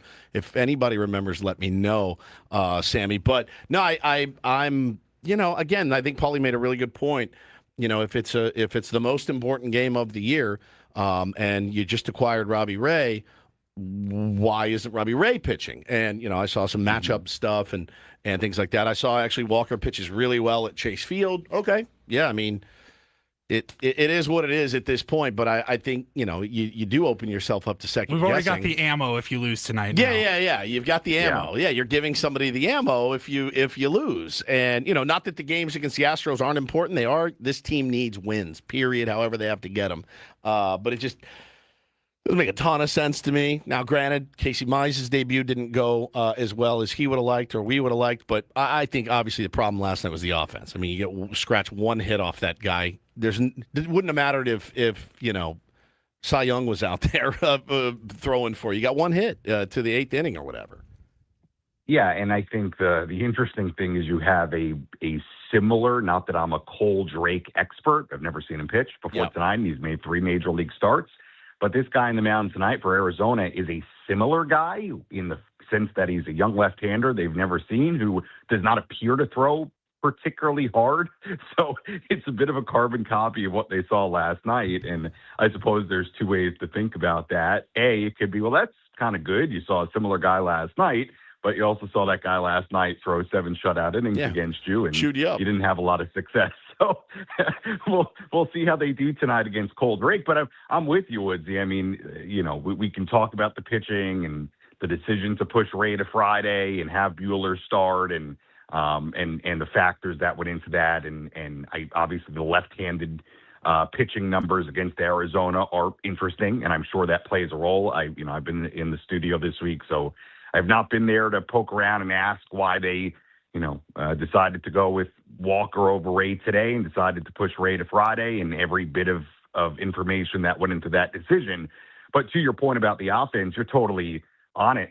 Look, there's an onus on the offense tonight to go out there and put up some crooked numbers, right? We can talk about the pitching all we want, but if your offense goes and performs how it's performed for the most part the last month and a half, you should be in pretty good shape. So again, it's not, this is not a must-win game. The season isn't over if you don't win tonight.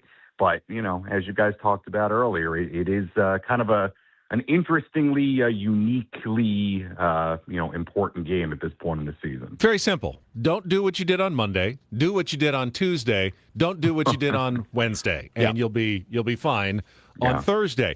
Sammy, I know, as you said, you've been in the studio, but you have heard the pregame audio from Craig Stammen the last couple of days. What did you make? And we talked about Nick Pivetta earlier. What did you kind of make of Craig Stammen's explanation of the whole Nick Pivetta situation? I know some people have kind of felt like Craig Stammen didn't totally have his heart in it, and that we all feel like we're missing some key piece of information here. And I don't know what it is, and I hate to speculate when I don't know all the facts, but there's something a little unusual about the whole thing. Yeah. Anytime you see a guy walk off the mound like that after throwing a pitch, I mean, our baseball brains tend to always tell us, well, that's not very good. And I think there is a base reading of it of saying, well, that's not what you want to see in your first rehab outing. Look, I was surprised as everybody else was to then hear afterwards that he went and threw 20, 30 pitches in a bullpen session. And, look, I guess there are 2 ways to think about it. There is, taking, them at their word and, just taking it at face value and saying, okay, he felt a little bit of tightness. Maybe he got a little scared or isn't used to it, or the whole situation with him coming out. It looked odd. To be honest with you, I went back and I watched that video like 20 times because you really look at the way he comes off the mound, and it's almost like he just thought it was strike 3 and then realizes it's not strike 3 and then is so far from the mound that he just decides to go to the dugout. It was so weird. The initial reason I didn't actually think was one of like, oh my goodness, something happened to my arm. It didn't grab his elbow. Yeah. The whole thing is just a little weird. I to be honest, I don't totally know what to make of all of it. But they, again, if we're taking, things at face value, they said he did feel a little bit of tightness in his elbow. But then you hear he went in through the bullpen, and it sounds like yesterday was a normal recovery day, and there's a pretty good chance he's just going to make his next rehab start. But, it's hard to know. then there's this whole part with the clause in the contract and a guy trying to get back, and your head just starts, I think, swirling with narratives and scenarios of what is going on. But again, I tend to, as you guys know, kind of take things at face value until you can't. And look, for them to come out and say that he had the elbow tightness, kind of explained it out, and if I'll tell you this, if he does get back on that mound for a rehab start in short order here, then I guess he's continuing on, and it was okay. So, but it definitely looked odd, and it definitely, it was odd. Definitely doesn't seem standard. Yeah. So I'm not really sure what to make of the whole thing right now. I guess we shall see as it progresses. I mean, I guess the good news is that everything seemed to go well with Joe. And he seemed to bounce back yesterday from it just fine, and seems to be going forward. So the whole thing looked and seems a little unusual, but we shall see, I guess, in the days to come. Yeah, welcome to Padres baseball, my friend. This is it. This is it. This is what happens. Sammy, really appreciate it. We'll see you back at Petco Park this weekend, up in the loft for the pre- and the post-game shows. Always appreciate your Thursday contributions, man. Yeah, and by the way, you talk about tonight being a big game. It's also a big game just because you got a tough homestand coming up. You got the Astros and the Brewers coming in. So, yeah, every game's big from here on out. All right, Sam Levitt, in-season Sammy. Again, Ben and Woods brought to you by David P. Shapiro, criminal defense attorneys, helping good people regain control of their future when charged with a crime since 2010. Visit davidpshapirolaw.com. The news is good for Joe Musgrove, and maybe we'll see Nick Pivetta. But, again, we can't necessarily count on anything for the rest of this year. And while one start by Casey Mize is nothing in the big scheme of things, and I don't want Padres fans to start thinking we got a defective pitcher. It's another Rich Hill situation. Casey Mize is a good pitcher. Yeah.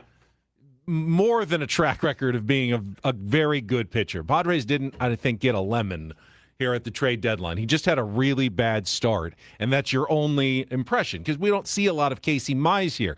But you can't ignore the fact that you're only going to get nine starts out of Casey Mize, and then he's a free agent. Right. So one bad start is 10% of maybe Casey Mize's entire Padres career.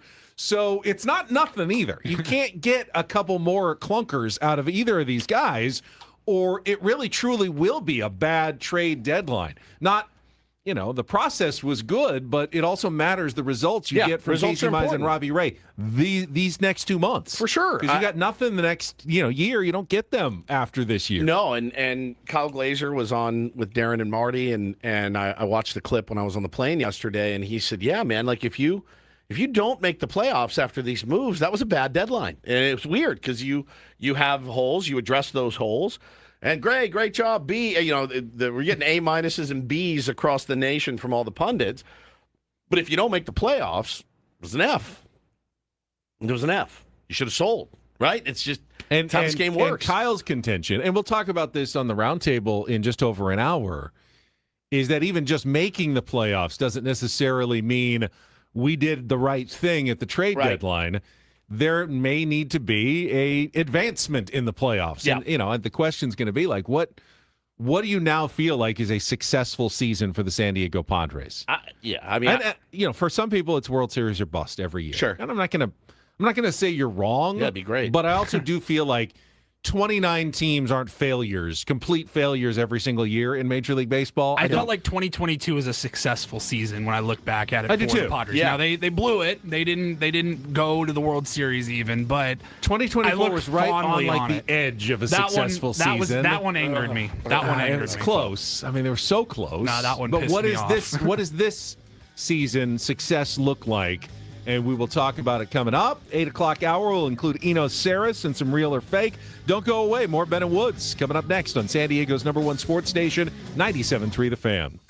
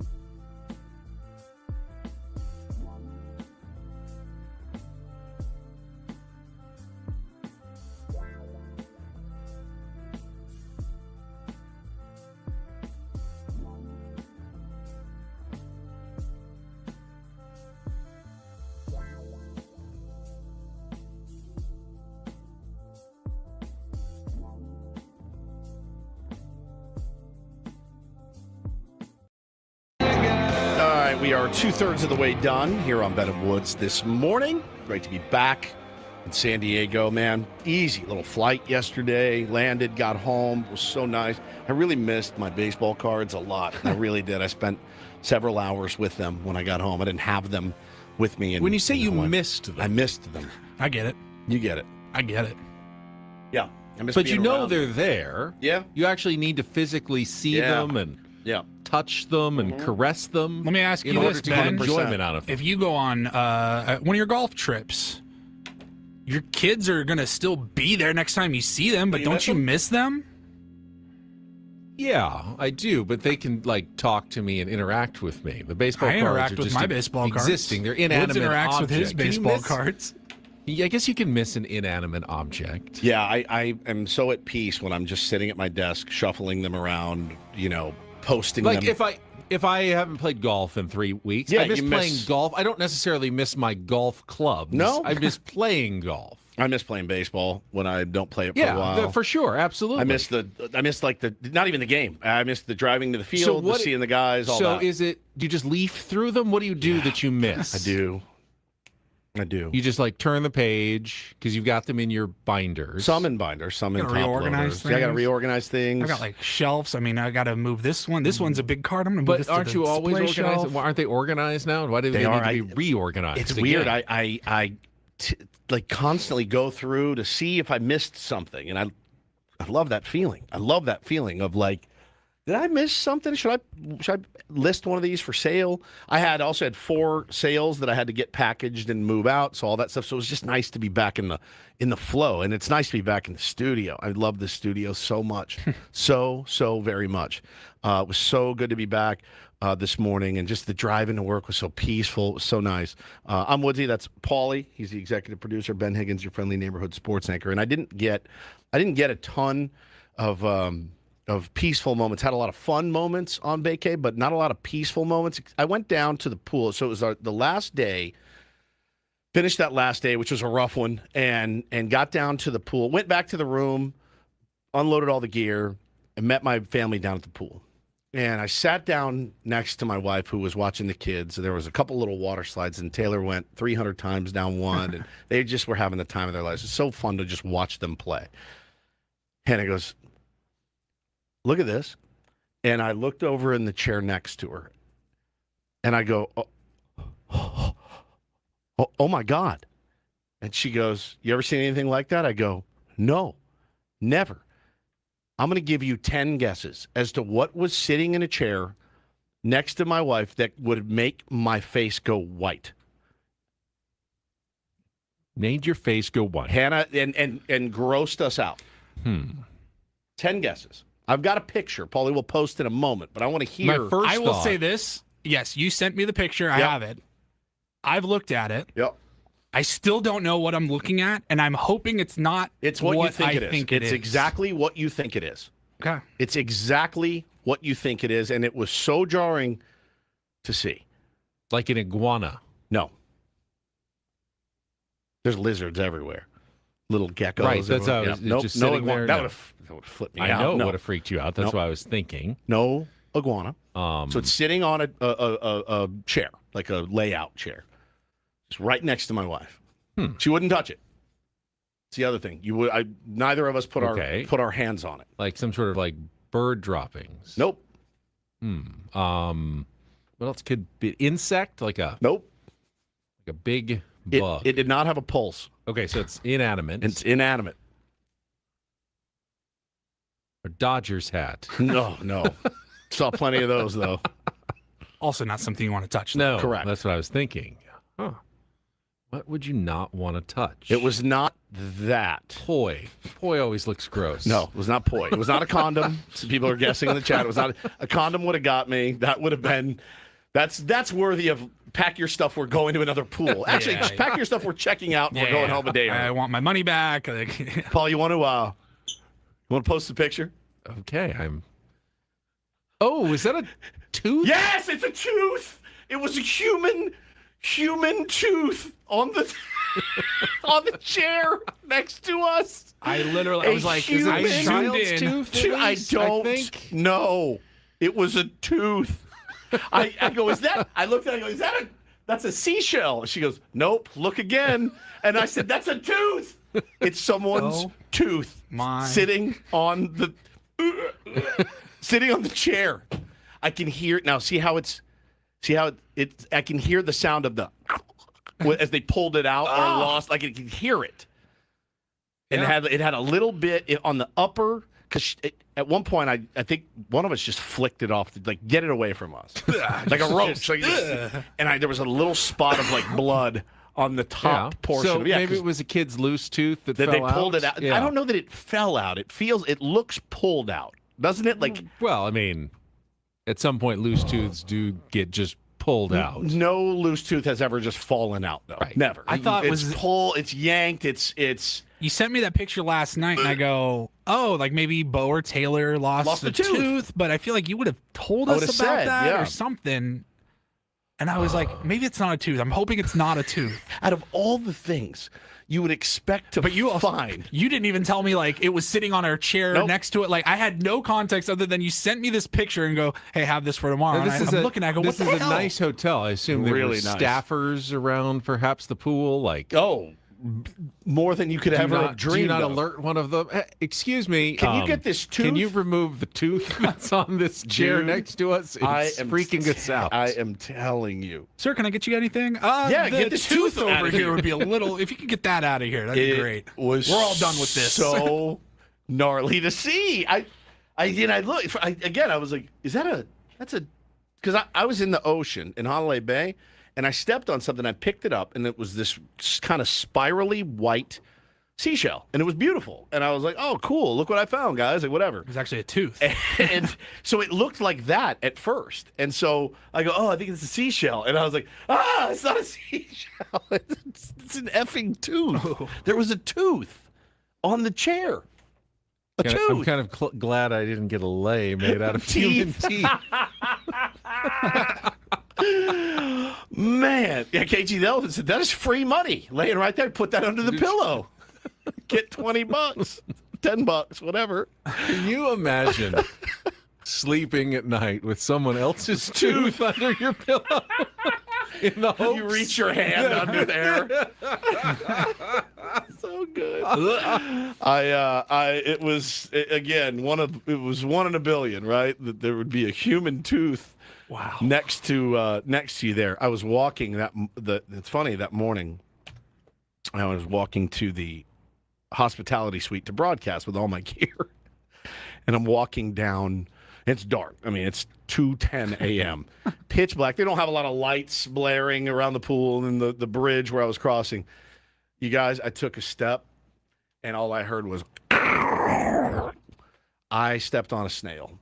And my guess from the feeling under my foot that it was 4 inches in diameter, like it was a big one. And I go, oh, that guy's having a worse day than me because I just do feel guilty on him. when I have ever stepped on a snail. Oh my God, man! You feel more guilty than most. Oh God, yes. Big time. Bugs that you big crush. Time, dude. Like if I step on a beetle I've or zapped something, flies, like, I've killed spiders, all day long. You know, all that stuff. I'm an aggressive fly murderer. At my you house. are. You have an electric one, don't you? Tennis racket. I got one. I hate them. I cannot stand flies. But you accidentally step on a snail, and I'm so like, bad. "Oh, I'm so sorry. I'm so sorry, dude. I crushed your house." Yeah, and you're probably your dead. brain. Yeah. I mean, it was so loud. It was like biting into a really crisp piece of celery. Is what it sounded like. And I went, ooh, that's not going to be great. So I had that thought in my head of that sound when I saw that tooth. So let me ask you, because this is one of my fears. Have either of you ever lost a tooth as an adult? I lost a knocked crown. out. Okay. Remember my first trip? I'm terrified of it. Remember my first trip to Kauai? Our first meal, we sat at this Hawaiian barbecue place, and I bit into a rib, and it goes, and I lost my tooth. Remember that? And my crown. So I had to go the whole trip with a hole, like rubbing my tongue through it, all of it, just disgusted. And I have the dream about losing my teeth all the time. What's that mean psychologically? It's not I don't know. good. I had one too, like a while ago, and it really, really freaked me out. Yeah. But I watch those hockey players. Oh like my it's nothing. God. Like it's nothing. nothing. Just lost another tooth, spit it out, and go on. I'm going, That would be like the most traumatic moment of my life. Yeah, I think so. If I got hit by a puck in the face and I lost a front tooth. So here you go. High stress and anxiety, daily pressures, or major transitions often trigger these dreams. Worrying, fear of judgment, aging, or embarrassment can manifest as missing teeth. Yeah, that all makes sense. I can get on board with that. Yeah, man. It was a doozy though. Sitting there, laying out next to a tooth was not what I planned on that vacation. But still trying to figure out how it ended up there. Oh, here's my wife in the chat. She says, "Honey, don't bother Ben and Paul with your troubles of our trip to Hawaii." That's what I'm saying. That's such a great point. What I'm saying. Hang on. Thank you. I resent that. I do not want to be lumped in with Ben. Thank you so much, babe. I appreciate your support. It means more than you know. Yeah, were you pulling your hair out during that segment, or not that one? Do you like that one? No, I mean, that wasn't the only thing you missed yesterday while you were gone. What did I miss? You also missed the concierge request I got. Oh, you got one. For a Don and Mud mini yacht bobblehead. Okay. And I explained on the air to everybody that I don't think that it is possible to acquire one of these. They are not just regular promotional items. They're theme game tickets. You need a theme game ticket. I don't know how many are there, and rarely do we see those items at the studio. And if it did make its way to the studio, probably would disappear before we got a chance to get a hold of it. But our good friend Chris Connolly with the San Diego Padres heard that. Thank you, Chris. And guess what I have in my hands right now? Yes, the Don and Mud mini yacht bobblehead, and there is another Don and Mud mini yacht bobblehead right now and sell that for like $500. Do you think coming up on September 5th? But you need to buy the theme game ticket. Do you think the audience appreciates you rubbing that in their face as you just did? Probably not. Using your connections. I didn't think I was. This is why literally people said, "Hey, idiots! Look what I have. You don't have one. Ha ha ha." This is why people say that we're bought off, because of segments like this. Look at you. Here it is, suckers. Yeah, and now I've got one. You're not even keeping it. You have to give it to someone else. I do. I concierged it out. I know everybody in the chat said they think they deserve my Don and Mud mini yacht bobble. Well, I agree with them. Since you just rubbed their face in it, I think you should give it away. I'm not rubbing their face in it. I'm just showing it to you. You literally are. Right here. The Don and Mud you know mini what? yacht bobblehead. There's actually no bobblehead in there. It's full of teeth that I put in there. I brought from Hawaii. I found on my travels. The tooth lay is a really good idea, by the way. If your kids are losing their teeth, keep them. Run a string through them and make a tooth lay. I think, I mean, I could give it to the person who asked me for it, or we could start the bidding at $50. Do I hear $50? Do I hear $60? $60? Do I hear $70? $70? Do I hear $80? $80, $80, $85, $85, $90, 100, 110. Do I hear 120 in the back, sir? Yeah, we could put on quite the auction. They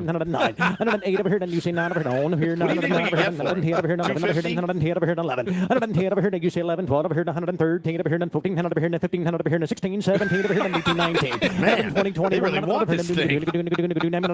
122 to be here, and 3 to be here, and 3. 122 to be here, and you see 23. Sold them $1.22. $1.22 for all of that? We were just going up a cent each on those bids. That's incredible. What is he auctioning off, a carrot? Like what? $1.20. Is that what he said? That's a lot of work for $1.20. Just the last part again. 122 to be here, and 3 here, and 3 to be here, and 3. 122 to be here, and you see 23. Sold them $1.22.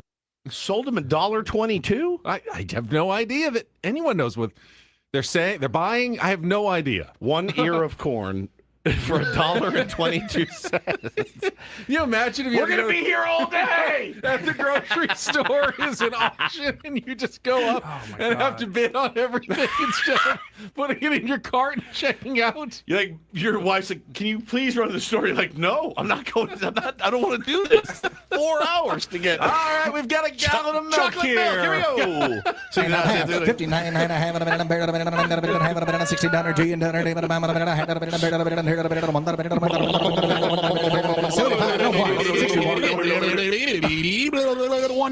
That is absolutely incredible. Sold $1.20. Sold. Fantastic. Our next item up for bids, these orange Tic Tacs. We'll start the bidding at 31 cents. So good, man. All right, we need a... 61 a quarter, 61 a quarter, one a hand, a minute, and 75 a minute, and 75 a minute, 175 a minute, and 1 half a minute, and 75 a minute, and 75 a bit. By the way, if you wanted to ever know what my brain sounds like, that's it. That's what my brain sounds like. Laying in bed at 11:30 at night. That is what I picture your brain sounding like. That's it. So that's exactly what it sounds like. All right, we need a contestant for Real or Fake. It's Throwback Thursday. If you want to play our game, 833-288-0973. Call now, 833-288-0973. This hour on The Fan brought to you by GL Pools, the swimming pool experts trusted by thousands of San Diegans for 20 years. Baseball season is in full swing, so is swim season. Make sure your pool is ready. Call now, mention radio for 20% off new service plans in 2026. Then Eno Saris at the bottom of the hour and our Epic Wings, Epic Padres Roundtable at 9 o'clock, all coming up on 97.3 The Fan. First, though, SDFatLoss.com. Not too late to take advantage of their summer special. Lose weight and lose for less. Take $200 off the program when you sign up right now at SDFatLoss.com. They'll explain to you how the program works in your free consultation. If it's not for you, it's not for you. It's fine. But it was for me. I worked. I lost up to a pound of fat per day, 10 to 20% of my body weight in just 60 days, just like they said. For me, that was 40 pounds in 2 months, and I've kept that weight off for over 3 years. What was different about the program, I had done other programs where I had basically replaced my meals with shakes or bars, and I lost weight, but I kind of hated it. And then when I went off the program and went back to real food, I saw the weight come back pretty quickly. With SDFatLoss.com, they teach you how to eat real food, regular stuff like chicken and steak and vegetables, lose the weight, and then you're not transitioning off of shakes and bars. It makes such a huge difference for me. I think it can for you as well. But again, just sign up for the free consultation. Avoid the GLP-1 injections and the potential side effects and the cost that is ongoing. And try it this way for 2 months. Anybody can do it for 2 months, and the benefits are just life-changing at SDFatLoss.com. That's SDFatLoss.com. Results may vary.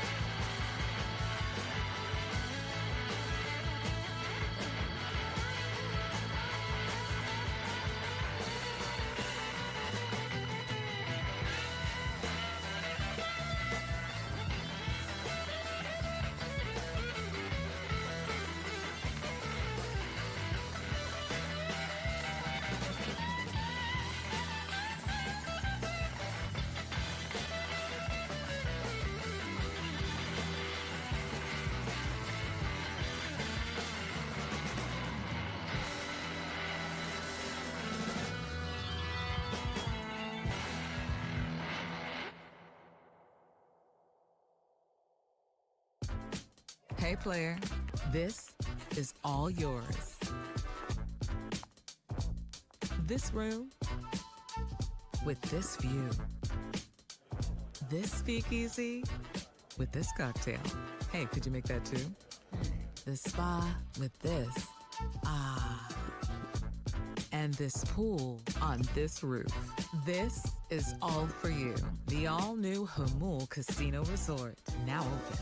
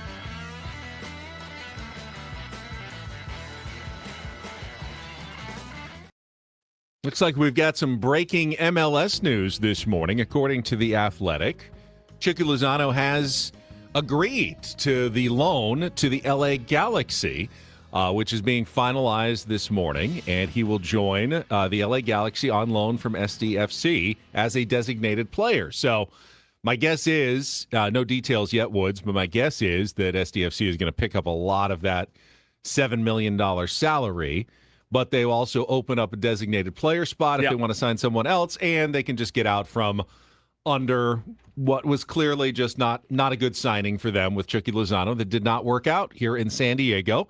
Now, it could also backfire because the LA Galaxy could get a very motivated and productive Chicky Lozano at a very discounted price, and you're competing against them for a playoff spot in the Western Conference. But ultimately, SDFC couldn't just let this continue to go on for years and years. Sure. We'll see what the details are as they come out. But tonight, SDFC will be on the road south of the border in Mexico for the start of Leagues Cup, and that happens to be part of our theme for today's game of Real or Fake. Some are here for the compelling sports talk with Ben and Woods. Yeah, you can go plow through another donut.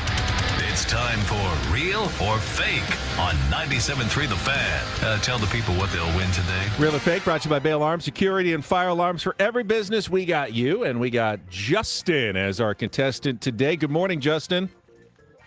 Good morning. All right, we got a winner yesterday. Let's see if we can win you some tickets to see Mize at North Island Credit Union Amphitheater on August 29th. Tickets are on sale now at Ticketmaster.com.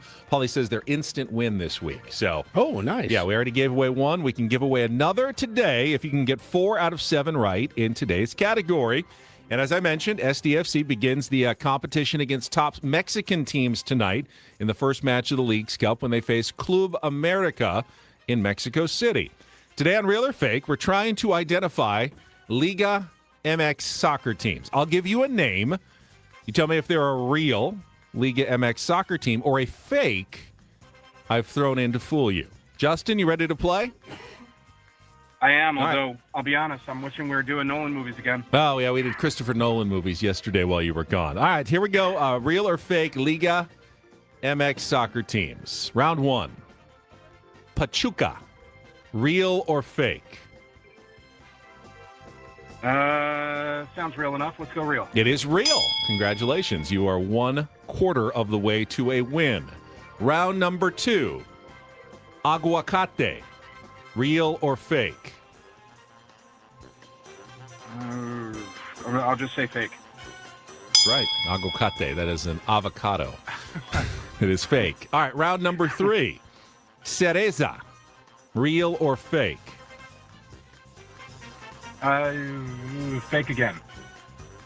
That is fake Wow. again. A cereza Really is a good. cherry in Spanish. All right. You are 3 for 3.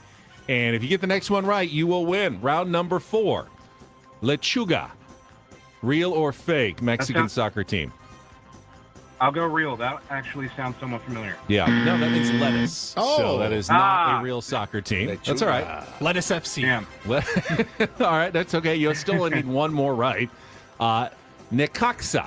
And Wow. Real or fake? Necaxa.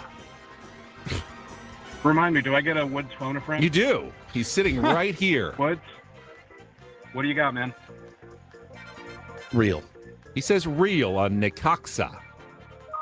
I'll go real. And you would both be correct. Congratulations, Justin, you're a qualifier. Actually, you've won tickets to see Muse at North Island Credit Union Amphitheater. Woods, Santos Laguna. Fake. No, it's real. And Atlante. Huh? Atlante. Real. Real. All right, not bad. All right, we got Klub America. They're like the most historic. Klub America? Klub. Adam Klub. Club, like in Spanish. Adam Klub. Adam Klub. Remember when we thought his name was Klug? Klug? When we didn't know him? Yeah. We're like, oh, there's Klug. We were at the Padres game. Necaxa. Necaxa. I did check the pronunciation. You did? Because I thought maybe it was like Soft. Necaxa, but it's Necaxa. Klug America. Klub. Oh, Klub. What does Adam Klug's America look like? Don't you know already? A lot of Atlanta sports. Lots and lots of Atlanta sports. The official sport of the United States of Adam Yes. is just Hawks basketball. That's right. That's right. All right, we have Eno Saris with some smart baseball to wrap up our shortened show as we lead into our roundtable at 9 o'clock. Don't miss it. Coming up next, broadcasting live from the Bill House Studios. We know how. It's Ben and Woods here on 97.3 The Fan. First, my friends, good to be back live in studio to tell you about Super Sure Insurance. If you own a business, right? If your company's got more than 25 employees, if you own it, you're the CFO of it, or you're the HR manager, it can be very difficult, complex to buy a policy online. Super Sure, the super agency built for you, licensed in every state for your business insurance and employee benefits, all with year-round support for you and your team.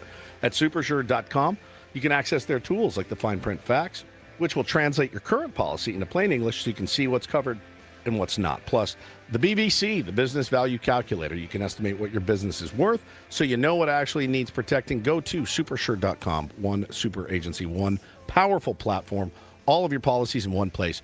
Go to supersure.com. That's supersure.com, paid for by Supersure Insurance Agency, LLC, a licensed insurance agency.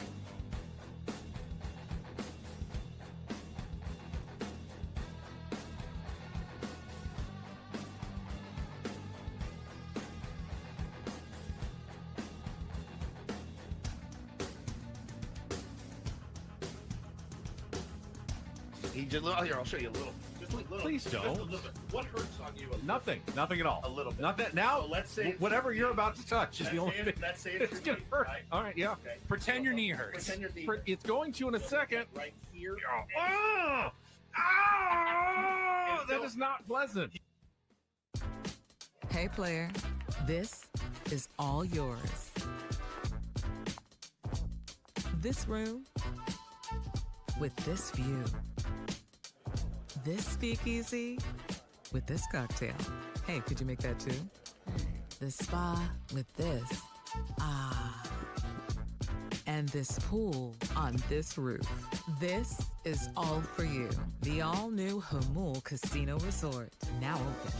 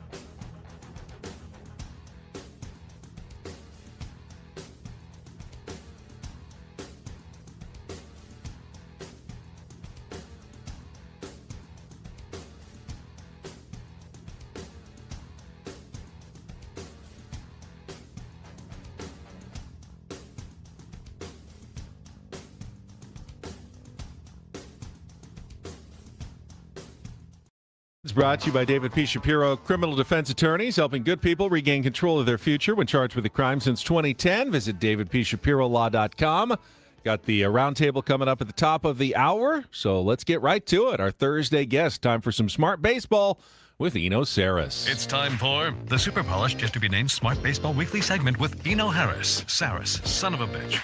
Brought to you by 7 Mile Casino, just 7 minutes from the ballpark, by the bay in Chula Vista. Now we welcome Eno Saris to the program. Good morning, Eno. How was your week?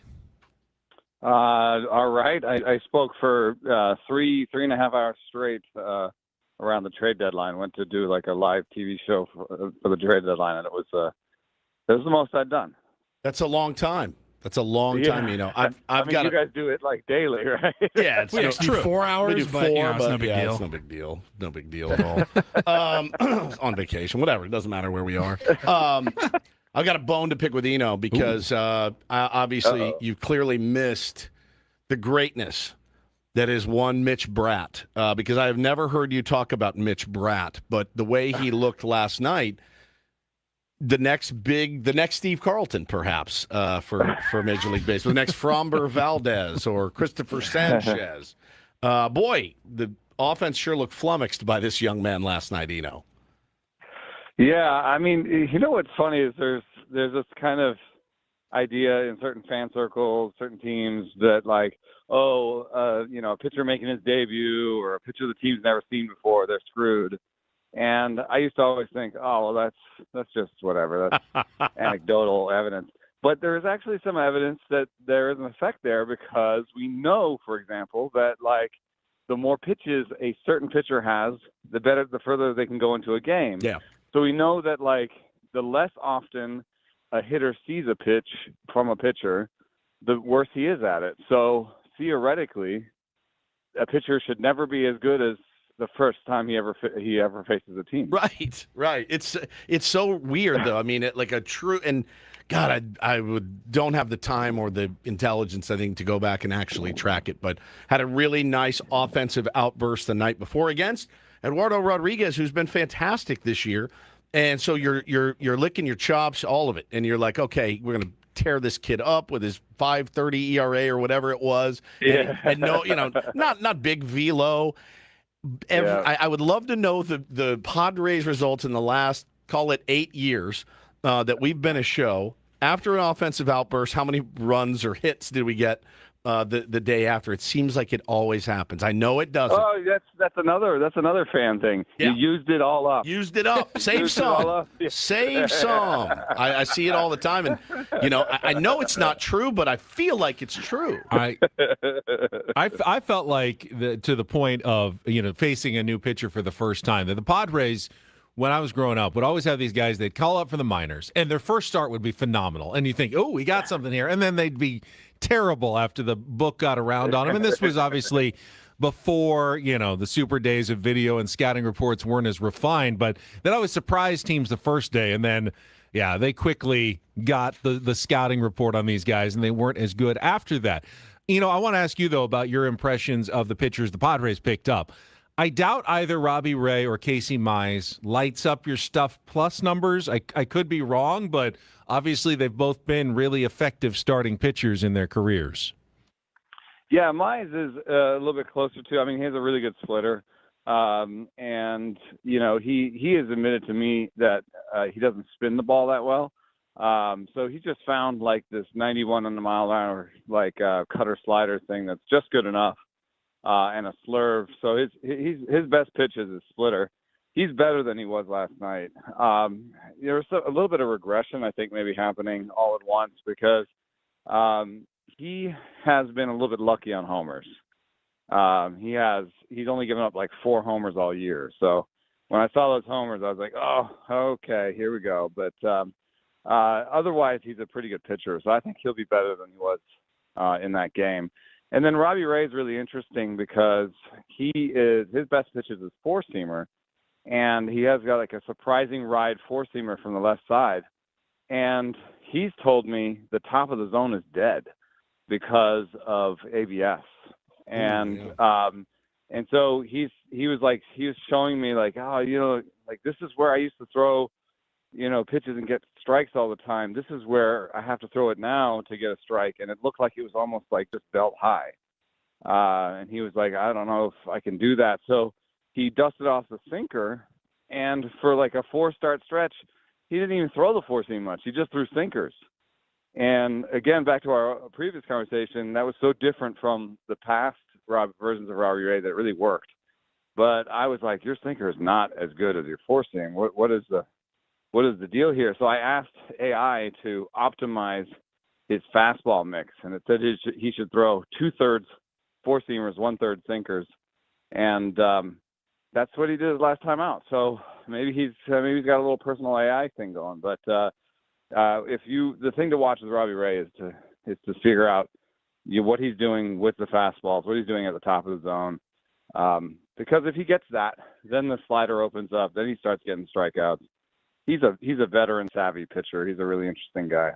Yeah, we were, excited to get both those guys plugged up a couple of holes. Obviously, 11 days, I think, in between starts for Casey Mize. You're going to get a pass, I think, from everybody. But like Ben said earlier, that's about 10% of the starts you're going to get from these guys. What were your kind of overall thoughts on the Padres trade deadline?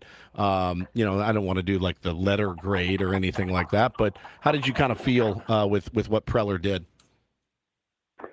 Yeah, I think, in the past I've said, a back-end starter is the easiest thing to get. And, that was true to a certain extent. So I think he went and shopped in the cheaper bin, which is a rental starting pitcher. What did turn out in this deadline was that I think there was controllable starting pitching or controllable pitching had a real high price, for him to maybe shop and buy a pitcher that he wanted for next year, he would have had to give up a big deal because, for example, Jose Soriano went to the Blue Jays, and Jose Soriano has a couple years left on his contract. Yeah. And it cost them Arjun Numala, which is not quite Leo DeVries territory, but, their shortstop with power that, everyone wanted, right? Like it cost them their best prospect. So, that when you look at that, I think AJ is pretty good at like sort of looking at that and saying, whoop, I'm going to go in the other direction, plus he didn't, I don't know if he had the bullets to pull off something like that. Sure. So unless he gave up Salas. So, and with Campy doesn't look that good behind the plate, huh? Defensively, it's maybe gotten a little worse as the season's gone on. It's been rough. And the challenges don't make him. Okay, so and I want to ask you about challenges. You mentioned you mentioned Robbie Ray and how the top of the zone has kind of changed. Padres, we all feel like maybe accuracy-wise they're middle of the pack, but in terms of leverage challenges, they've been pretty bad this season at it. But I want to ask you, how do you feel it impacts the pitchers in particular, like having challenges versus not having challenges? I feel like the game is different. If you lose your challenges early, which the Padres have, I think the other team gets a little boost at the plate, like knowing, big time. Okay, they can't challenge this on me. It changes the strategy of the game a bit. I'm not exactly sure how yet. I'm trying to figure that out in my mind, and I wonder if you've put any thought into like the availability of challenges and how it impacts strategy of a game and psychology of a game. Well, I mean, just go back to what Robbie Ray said about the top of the zone. If you have your challenges, you can maybe you feel like the top of the zone is open to you, right? Because if they get the call wrong, you can challenge and get that strike back, right? So maybe there are parts of the zone that you feel are more available to you if you have challenges. I mean, that would make sense to me. So you can kind of be more aggressive on the corners or at the top of the zone. And, in response, like if my team was using these things up too early, I might tell my team, hey, we're going to ban all challenges in the first 3 innings for a while, because y'all are using these up too early. Or say once we get down to one challenge, you can't use it until the, 8th or 9th inning. Because that's what I'm seeing from some of the teams that don't have a good strategy, is that they're using up their challenges in the first few innings, and you really want those for leverage, like you mentioned. Well, you will run. I'm talking to Sarah's from the Athletic here on Benham Woods this morning, and you will run into that umpire though, where you're like, you see it, he's so off that day or whatever, having a bad day early, and they're like, want to correct them. It's right? but then if you lose yours by the 3rd or 4th inning, obviously that pitcher's going to go up there and be like, well, this guy's terrible, and he was given that pitch. I'm just going to pound it there. It kind of reverts back to how it used to be, right? Like if you can throw it there consistently, you're going to get it, and you lost your challenges. It is really tough. I think there's a lot of ego involved still with this team. This is the team I watch the most of. I think Xander's got one. I think Manny's got one. And I think, Toddy's probably a little gun shy on using them. But it's really been some of the challenges that they haven't used this year, which is hard to kind of track. But it's just bad. Batters are really bad. They're really bad. Yeah, they're bad. Like not just Padres, but batters. I mean, batters in general have like a 45% success rate. Catchers are at like 60. So, if anything, I might just be like, hey, like, let's let the catcher do this. And to the catcher, I'd be like, let's start using these after the 4th or something, or 5th, or only with runners on, or something like that. Do you think it'll go full? Like just full, we'll hear a tone when it's a strike and another tone when it's a ball? I don't know. I think this is still something that fans like. I mean, I don't know. Maybe the novelty will wear off. Have you noticed this at the park? Or do people not look at it as much anymore, or cheer or whatever? I still think it's kind of cool when the ABS challenge comes up on the big screen. It's cool when it comes up on the big screen, but having watched this team, I wish they didn't have them. Honestly, I do. I'm like, if you want to bang it next year, let's just go back to the way it was, and you miss some of the jawing at umpires and things like that, but It's been odd. I mean, pitchers challenging. I think pitchers are probably worse than hitters at challenging. I haven't seen the numbers there, but it is just. I now it kind of makes a knot in my stomach when I'm looking at those two little slots at the end of the game, and they're white because the Padres have used them all. Yeah, they're always gone. It's very, very odd, and I honestly I'm still undecided on it. I really am undecided after this many games.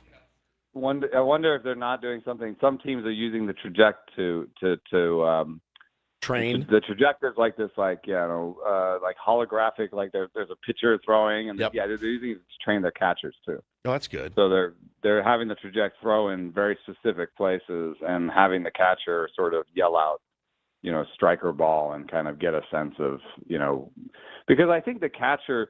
Sometimes the catchers fool themselves. Like the best framing catchers are not the best challengers. We've seen this. And I think that's because they're like, no, that was a strike. I pulled it in.